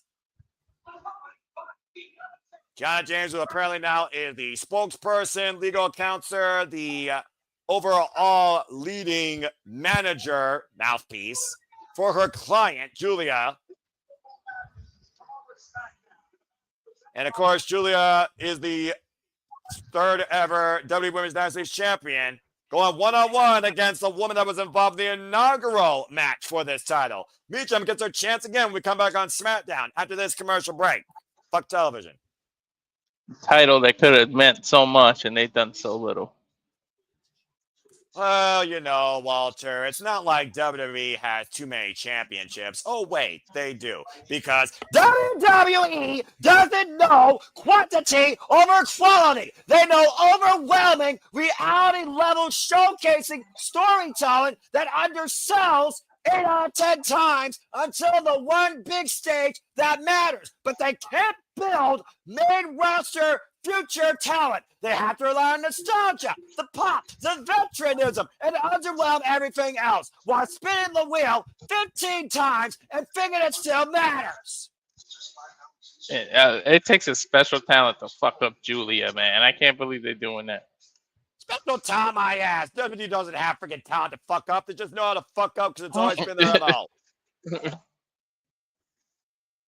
Give me a fucking break. Talk about the former World of Stardom, Wonder of Stardom champion, former Injury Strong Women's Champion, former NXT Women's Champion, and then botched it with all this freaking hype trying to freaking forge a partnership with Japan and Marigold that fell to the wayside. It feels like because we haven't seen Hind or Tuff, anyone from there, or Rousey Ogawa. Hell, they haven't put Io Shirai back in that company against Utami Hayashita, who has the Marigold World Championship. You might as well throw Julia to Raw and make a Japanese mafia freaking gimmick with Asuka. How freaking long have you been lobbying for Kana and Julia to be together? Not that hard. I mean, Asuka and Julia can run it if you do it right. Freaking hell. All right.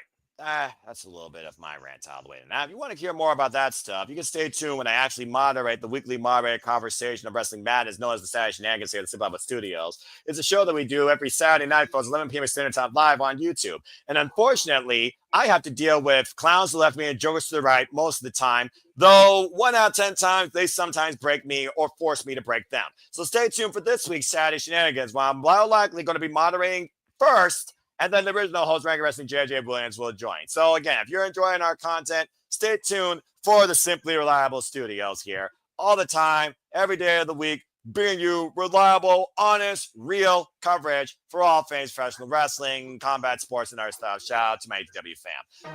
That being said,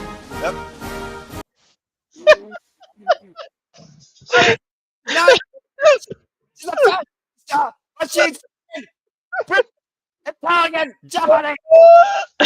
How you doing? Excuse his French, ladies and gentlemen.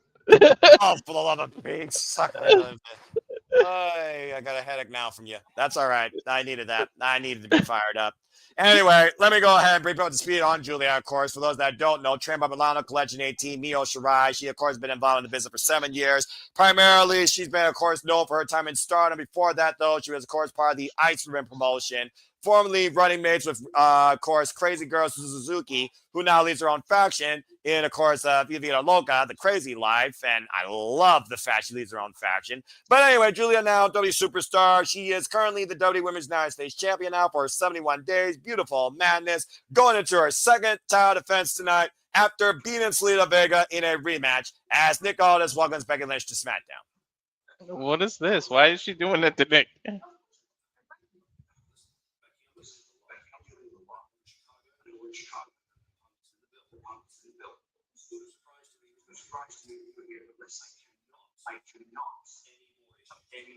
Nick doesn't want any more issues tonight.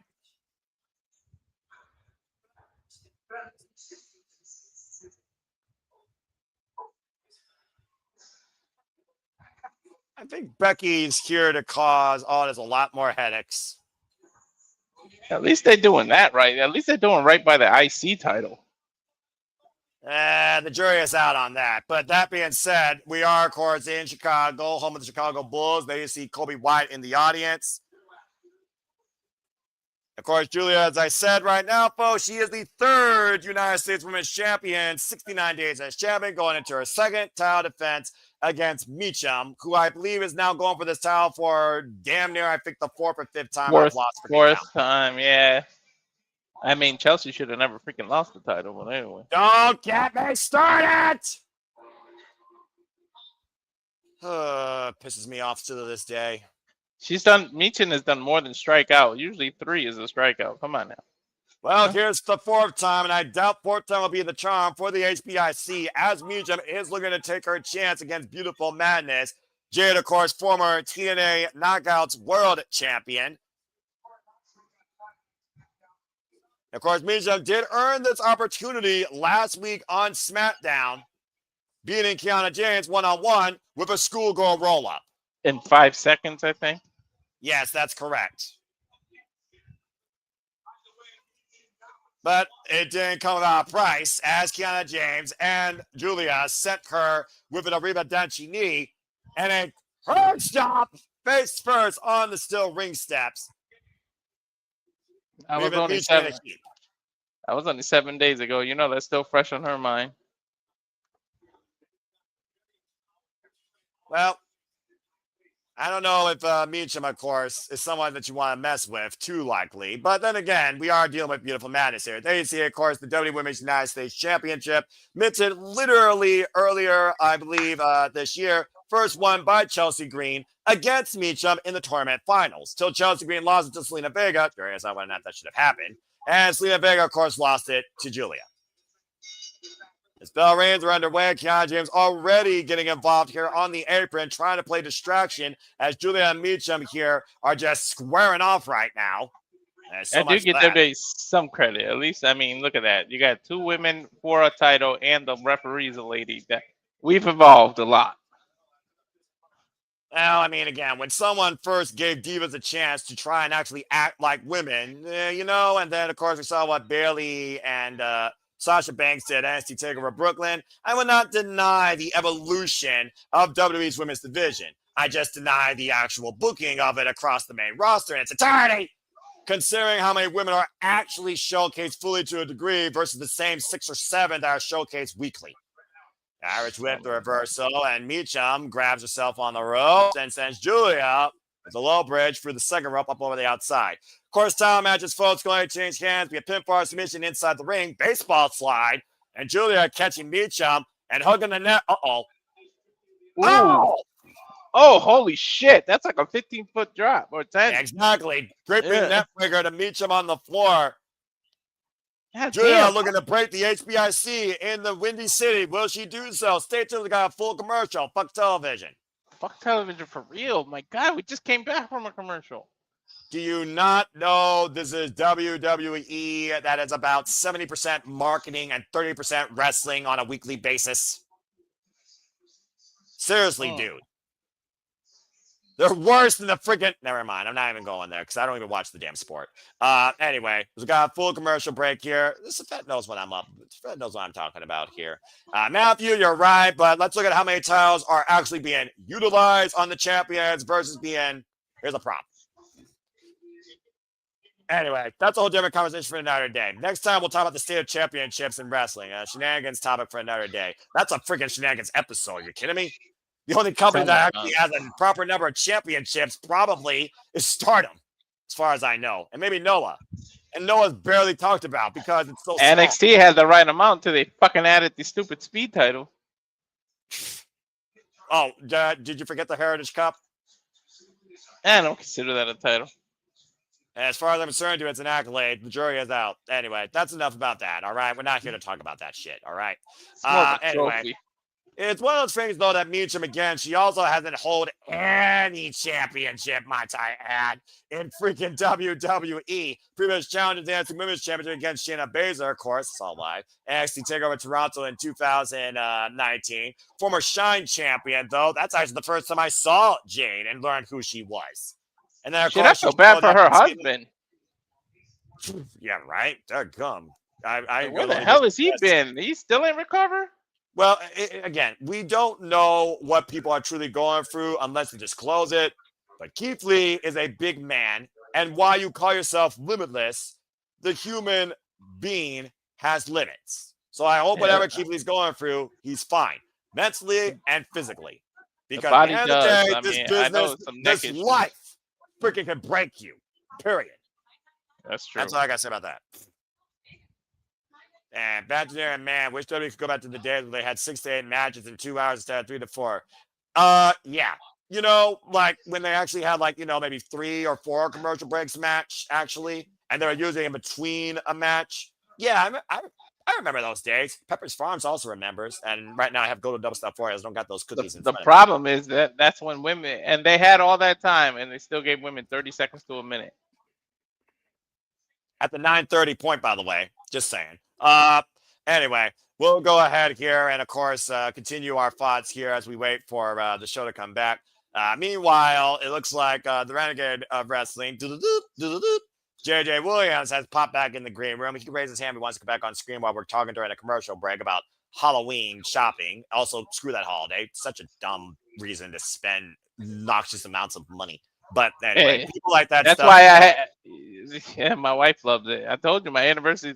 She made us get married on a Friday the 13th of October 13th. What a ridiculous idea! Good grief, this world's ridiculous. The madness is not with Julia. The madness is in the world, and it comes out more particularly during October.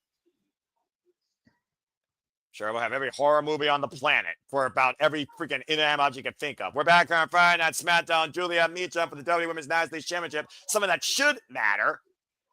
And now headbutting her from the ground. Julia right now just skewing off against Meacham here. And Meacham entering in time with one of her own stiff headbutts. Yeah, swing and a miss. The waistline German suplex by the former World of Stardom, Artist of Stardom, 5-star Grand Prix, of course. Oh, man. No, by the way, we're like 22 people away from having 200 viewers. Golly, open palm strike, and also thank all of you. Both these women hitting each other simultaneously with a high kick and both women down. Good grief. Come back from freaking commercial break, fuck television, and both women are literally effing each other up with a damn high kick to the side of the head. It's all about the U.S. title. The Women's United States Championship, might I add. First held by the face of America. Slur, damn it! Chelsea Green. Oh, Canada. That's all right. Right now, critical point of the matchup here. Meacham, great combination, overhead Pele kick. And Meacham taking down the champion right now. She's gonna go, but I thought she was going for the long back move. She's looking Cannonball. for that cannonball in the corner. Now Dragon Julia at the center of the ring. High stag and a 2 count. Good grief. Long back. Again, the whiplash effect, of course, of Julia's head. Looking for eat defeat. Shout out to Gail Kim. Meanwhile, the hammer lock by Julia. Looking for the... Oh! It's enough to get off the Northern Lion. 2 counts. Almost a sit-out driver, excuse me. Of course, our finisher is the Northern Lights bomb. Now, Tianov against Meacham here. And another one right now. Julia right now oozing confidence. Meacham grabbing the leg, going up and under. Hoisting Julia up. Great show of strength for the South Powerbomb cover for a new champion. Tigatsu by Julia. And Kiana sweating a bit at ringside, seeing her portfolio almost bankrupt. Looking for eat defeat again. Kiana James with a distraction. The Irish whip. Whipping Julia in the second rope and hanging Kiana out to dry. Oh, man. Head scissors DDT to Kiana James. But Julia up the knee. Arriba dancing. Cover hook to the far like back press. Julia retains. Sudden impact with the Arriba Danchi knee after the distraction by Kiana James, even though she got planted with a DDT. And Julia is still the WWE Women's United States Champion. Jeez, I went to go light a stove for my wife, and that's the match is over? Well, your stove probably got hotter than that match did, honestly. Oh, and Kiana James just swatting Meacham with that freaking purse. Whether or not it's loaded, that's a whole different conversation. Wait. I wonder if somebody can save Meacham. Well, right now, Julia and Kiana James, 2-1 assault on Meacham, adding insult to injury. Damage done. Business carried out. Julia is still WWE Women's United States Champion. And Kiana James profits from it. Can we please just get a serious challenge for her?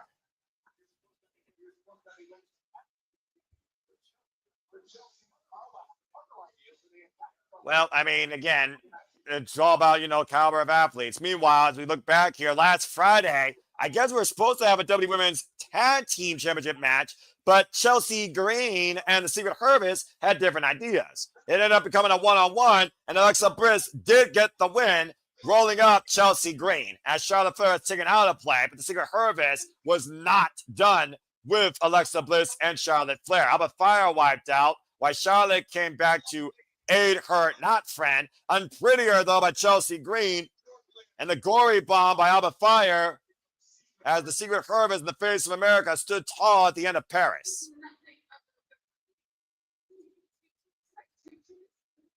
And apparently Charlotte Flair has another ankle injury. Is it her knee or ankle? Not sure.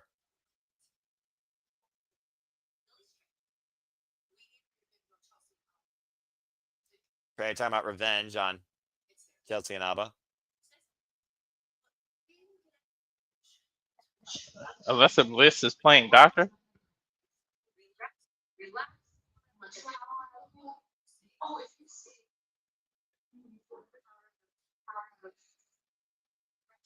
Power of friendship. Ugh, that is such a dumb ploy, even in anime. Hey. Kevin Owens and Chris Jericho pulled it off, okay? Yeah, and then Jericho got planted face first to a television. Oh, shit! Oh, shit. What the hell? Seth friggin' Rollins! When did he show up? Oh, boy. But I'm removing this. I suggest you do that because we're about to burn it down with the Vision and the World Heavyweight Champion. Okay, now it's going to get serious. Gonna get it interesting. As Seth friggin' Rollins comes out through the audience in Chicago, CM Punk's people First Becky Lynch and now Becky Lynch's husband. Just letting people know. Seth freaking Rollins clearly has a vision for Chicago tonight that involves him involved in the last segment tonight on SmackDown. What's ahead? We'll find out to this commercial break. Fuck television. They need to change his damn song. That ain't gonna happen. Besides, you expect Death Row to come up with something else? I like his song. The problem is he's supposed to be this bastard heel. You want people to boo him, but everybody keeps singing along with his song. Kayfabe is dead. People are going to cheer, boo, and interact with what they wish. There isn't a single guy outside Don Callis who comes out with a fucking jet engine noise with a reverberator that is more hated in this business. Period. And by the way, what the fuck type entrance is that? You might as well have nothing but crickets, like Tommaso Ciampa had when he had natural hatred from the NXT audience. No one's been a Jake Hill since then. I know. Anyway, that's my tangent on that. What do I know? Let's go ahead and see what the people are saying here. Saying, here we go, little Joker reference for you. Something! Jake Summit should be a champion, by the way. That's also a damn crime. Let's see here. I really thought he was going to beat Macklin, to be honest. It was a damn good fight, but some of the images feels like they don't want to give something. Anyway, wonder if it's time for me and him to shave her head like he does Kyle Fletcher and tennis player Carlos Alcaraz have done. Maybe that is what she'll need to eventually beat you. I think she just needs a whole different identity crisis at this point. Girl can't catch a break. She needs to get serious. Yeah, well, how much more serious do you get? That's the question. Seth Rollins invading SmackDown, receiving help from his wife on Sunday, who, in my opinion, like many, was not happy with last month's stunt. And the jury is out. They got paid for it. Every time I hear the name Don Callis, want to press fast forward faster than most think. Silver lining, glad he's not on WWE. Don't want to imagine him there. I got something important I got to say. It's finally time to return. Well, countdown, 17 minutes. We're going to light it up, and we're going to start a riot. Well, I just lit the stove, so let's see if I light it up now. But just make sure you don't burn it down. As we wait, of course, for SmackDown to come back again. Fuck television. All right, here we go. Finally back from that soiree. Oh, no, we're not. We're going to talk about Las Vegas because we're going to go double or nothing in the City of Sin. Once again, WrestleMania emanates from Allegiant Stadium, Las Vegas. We got the Renegade Wrestling JJ Williams, of course. Me and him and Walter will cover that Saturday, April 18th and Sunday, April 19th. Next year, folks. Stay tuned for more on that. What's up, JJ? Pause it when the Vegas thing is over because I'm just now getting that starting. All right, fine. And then I'm paused. Yeah, let us know when you see the SmackDown arena start to fade in, and then we will freaking,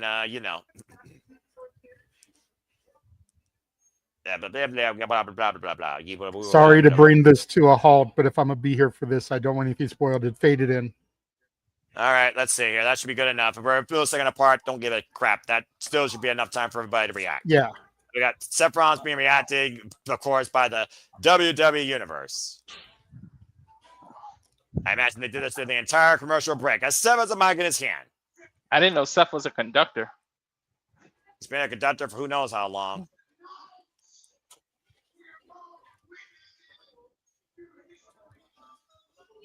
Which is history. Legend of your hero. CM Punk. Dies right here. Right now. And being put out of the building. Go figure. And to do the honors. And there's the CM Punk chance. One last time chant his name. Let's do the honors. Let me introduce to you the greatest female wrestler in the history of planet Earth. Highly unlikely. She is your Intercontinental Champion. And she is my brilliant, incredible Irish wife. Chicago, welcome to the big time. And just the man, Becky Lynch.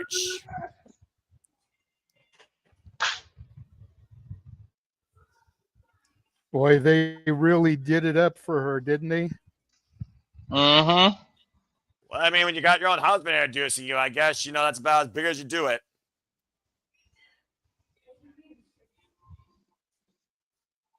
And there she is.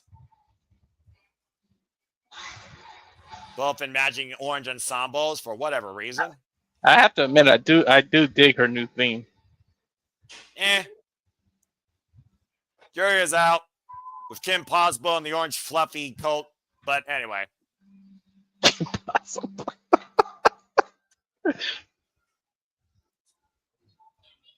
See what the situation is soon enough. Of course, Becky Lynch is still the WWE Women's Intercontinental Champion after, of course, defending that title successfully against Nikki Bella at Clash in Paris. Second ever, of course, WWE Women's Intercontinental Champion. And this short history of this newly minted championship that was crowned back in January. What time I got here? 13 minutes. All right. So they'll probably do one more commercial break before things really kick off. You know it. Oh, of course I do. It's WWE. Why do you think I say fuck television? Mm-hmm.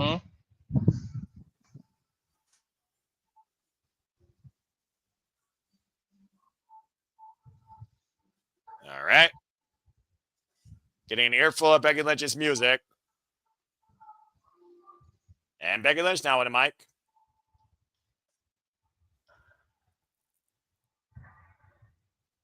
Crowd AJ chanting Lee for her. chant standing out.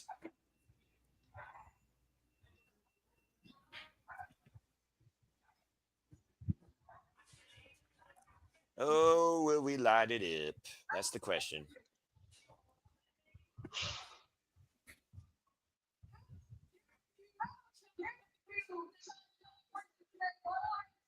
How dare you chant at a person while I'm standing here in this ring?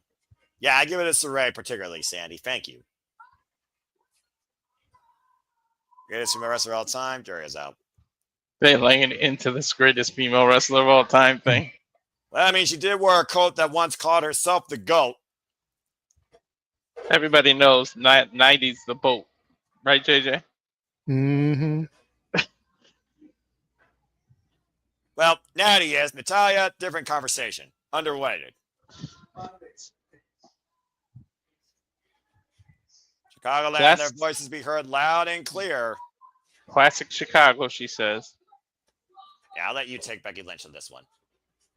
If I can hear over the damn crowd. Do you want to hear Becky, honestly? The Blackhearts suck. The Cubs suck. Hey, man, she's speaking truth now, though. I got no say in this conversation. Your Bulls suck. And you suck. You suck so bad. What? I didn't even hear her. The crowd is drowning her out. And CM Punk sucks. I heard that. Yeah, I heard that. You know, they say his name is got to appear eventually, right? Well, that's the old rule. Well, I don't see Ben Grimm, but it definitely sounds like it's clobbering time, gentlemen. Right? Well, time to change the channel. From the ring to the stage as the Dakota personality makes his way. Seth is messing with a kid over there saying boring. And Chicago's singing him out. CM Punk has yet to show up, by the way. Because they're going to milk it. There he is. There's a cow back there and they're milking the shit out of it. Yeah, was it a cash cow or is it a cow going to slaughter? Seth waving at Punk like, hi. That subtleness, JJ, subtleness. But why are you letting There's no such thing as subtle when it comes to Seth Rollins, especially when you look at his outfits. Hell yeah. But why are you letting your wife be in the ring and you way at the top of the stands? Be a man. Because he knows that CM Punk will never hit a woman. Exactly. But it doesn't mean he doesn't know somebody that won't. I think he knows somebody very, very, very well.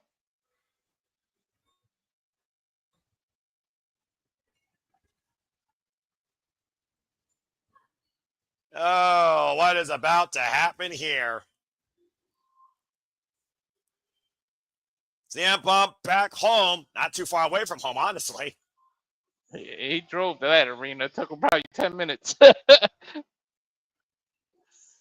Second City Saint, the voice of the voiceless, and the former WWE champion, CM Punk.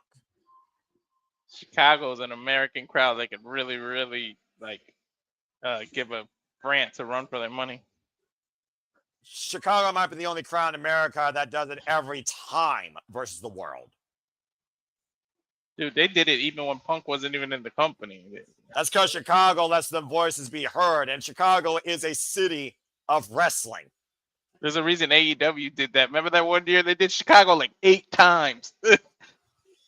Well, it also didn't hurt that they had Punk in the company at the time, and he was their biggest draw. Yeah, but they also, pick different arenas as well. And Chicago has been booked into oblivion by every wrestling company on the planet, draws or not. Chicago will be buried underneath wrestling before freaking something else destroys it. You can't tour America in a major company and not stop by Chicago. That's a fact, Jack. Now, see, what I find ironic is that Seth is way out in the crowd. So if Punk tries to do something to Becky, it's going to take him forever to get down there to stop it. Exactly.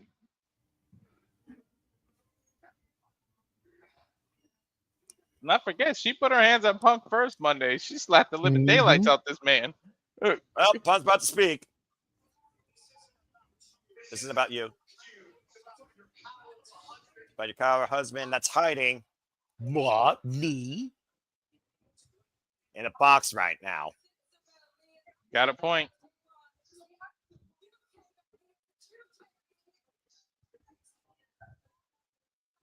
Becky's saying, aren't you embarrassed?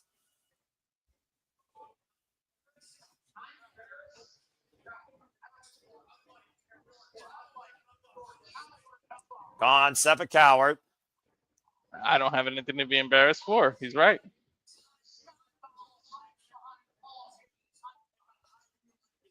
Hiding behind everybody, including his wife. Saying it's nothing to do with her. That's By the way, your JJ, look at CM Punk's shoes. Mm-hmm.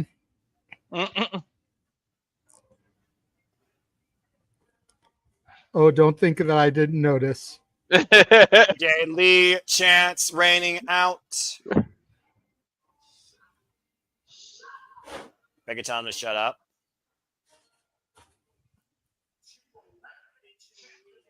You let them chant the name AJ Lee. Shit, that's the first time they actually said the name on the microphone. Yep. You should have started out my business. We're in Chicago, I don't think.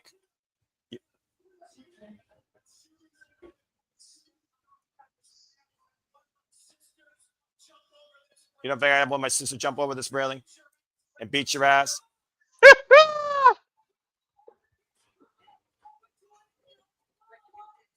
There's CM Punk's sister right there.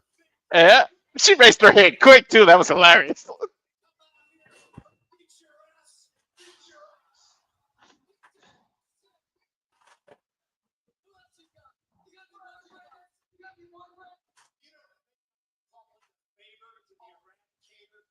You have a call favorite Eradicator Rhea Ripley?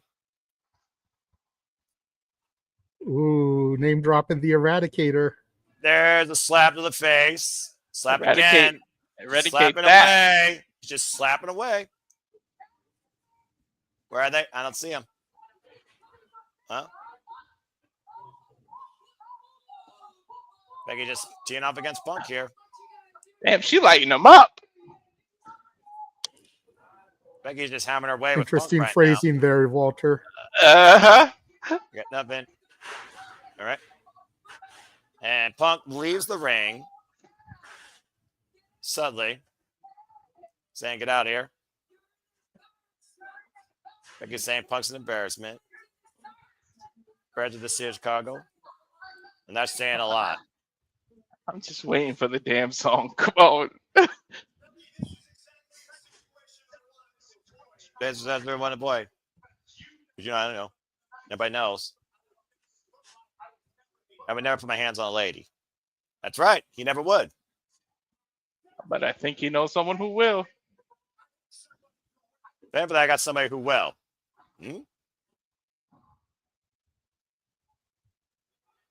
What? Oh my God! Holy shit!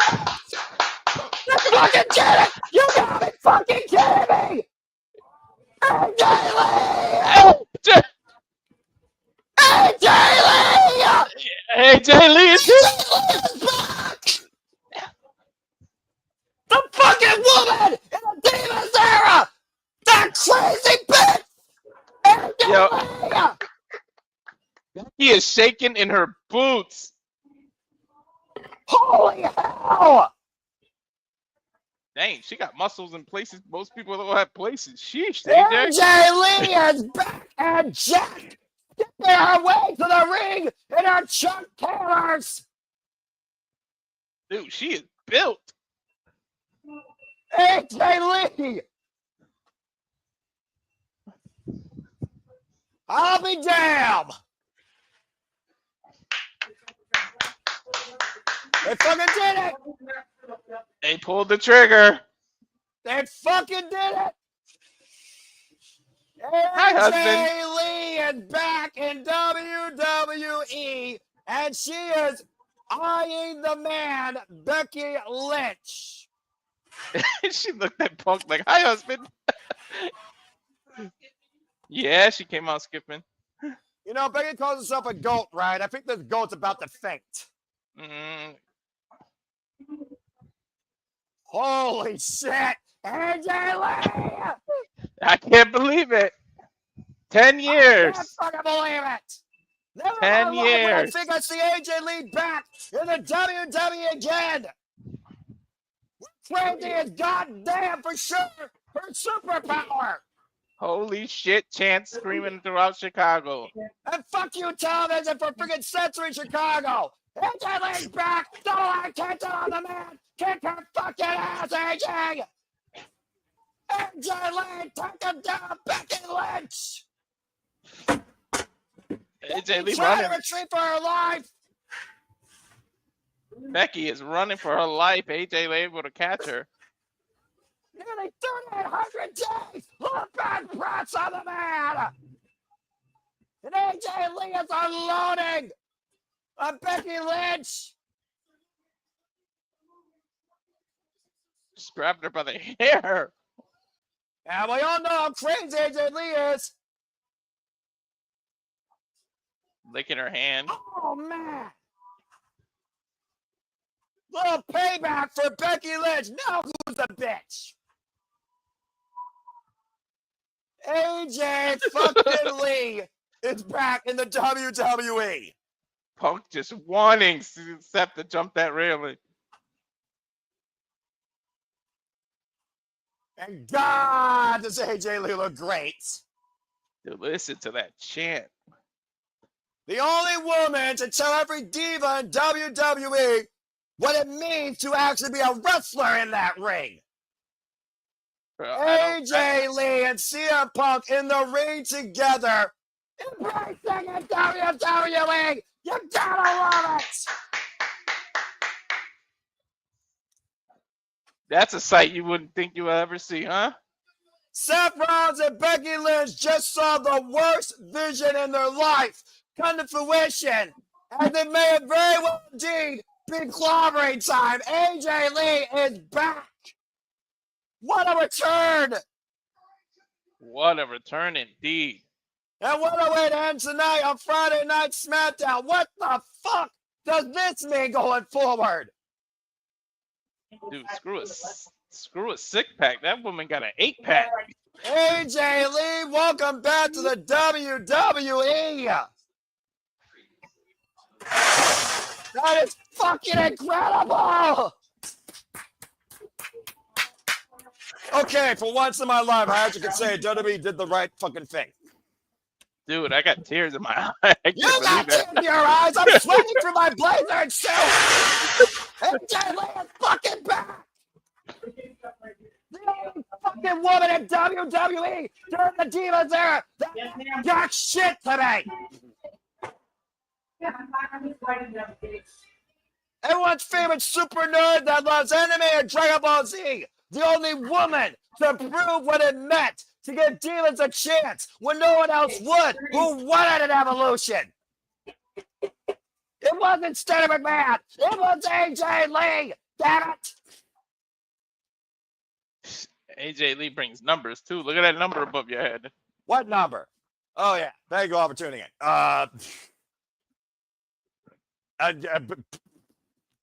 Anyway, that concludes SmackDown Live. Thank you all for tuning into this presentation. And again, if you all don't believe that AJ Lee is the reason why women's wrestling truly matters in WWE to the highest degree, you do not belong as a fan in this business. But I think right now, considering we are over the moon, I'm sure there'll be a shenanigans topic to discuss too. I think we will bid you all now a fine adieu, because we do not wish to interrupt what, of course, is happening on other feeds when it comes to the review. But again, AJ Lee is fucking back at the WWE. Give it a second, because I don't think JJ got to react. He got like speechless. Oh, I reacted. So that being said, if you haven't already, please subscribe today to the Rage of Wrestling. If you want to see more of us react in such a proficient way when it comes to the absolute love, respect, appreciation, and excitement in this business, because that's professional wrestling, damn it. AJ Lee, goddamn, it's been too far fucking long. Welcome back, pal. Holy shit. I've been trying not to have a full-on breakdown in the middle of Burger King. I'm having a breakdown myself. You're at home. I'm gonna shut up now because I've pretty much been the voice of the night, as I usually am on these feeds. I'm gonna let my friends now speak on their behalf, so I'm gonna see if I can further break down JJ, but also relieve him of his emotions. JJ, what did you think?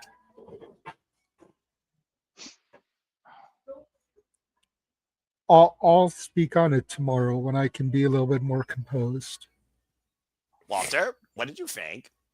It means a lot. Like my kids weren't really into wrestling, but my little one always loved AJ, and when he was little, he's the oldest one, and he always loved that song. Like, so it just brought me back to that place, and I think that's why I kind of lost it. But it's one thing to speculate and say it's gonna happen, and speculate, but you really, really don't know for 1,000%, 100% sure until you actually see it, and to freaking actually see it is crazy. And no disrespect to Rhea, no disrespect to everybody who's doing the thing. I don't think I've ever heard a louder ovation for a female superstar than what I just heard. Because she's the one that led the way for those other people you just talked about. She was the first non-Billboard freaking big boob, silver blonde, blue eye, role model, reality star that broke the mold in what a wrestler can be in WWE, or a professional wrestler can be in general. Damn it, on the mainstream. The only pops, Walter, to your point,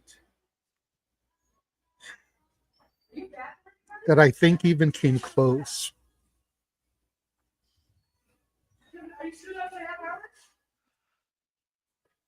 Forgive me, everybody. Was Lita and Trish in the first Rumble. That might be accurate.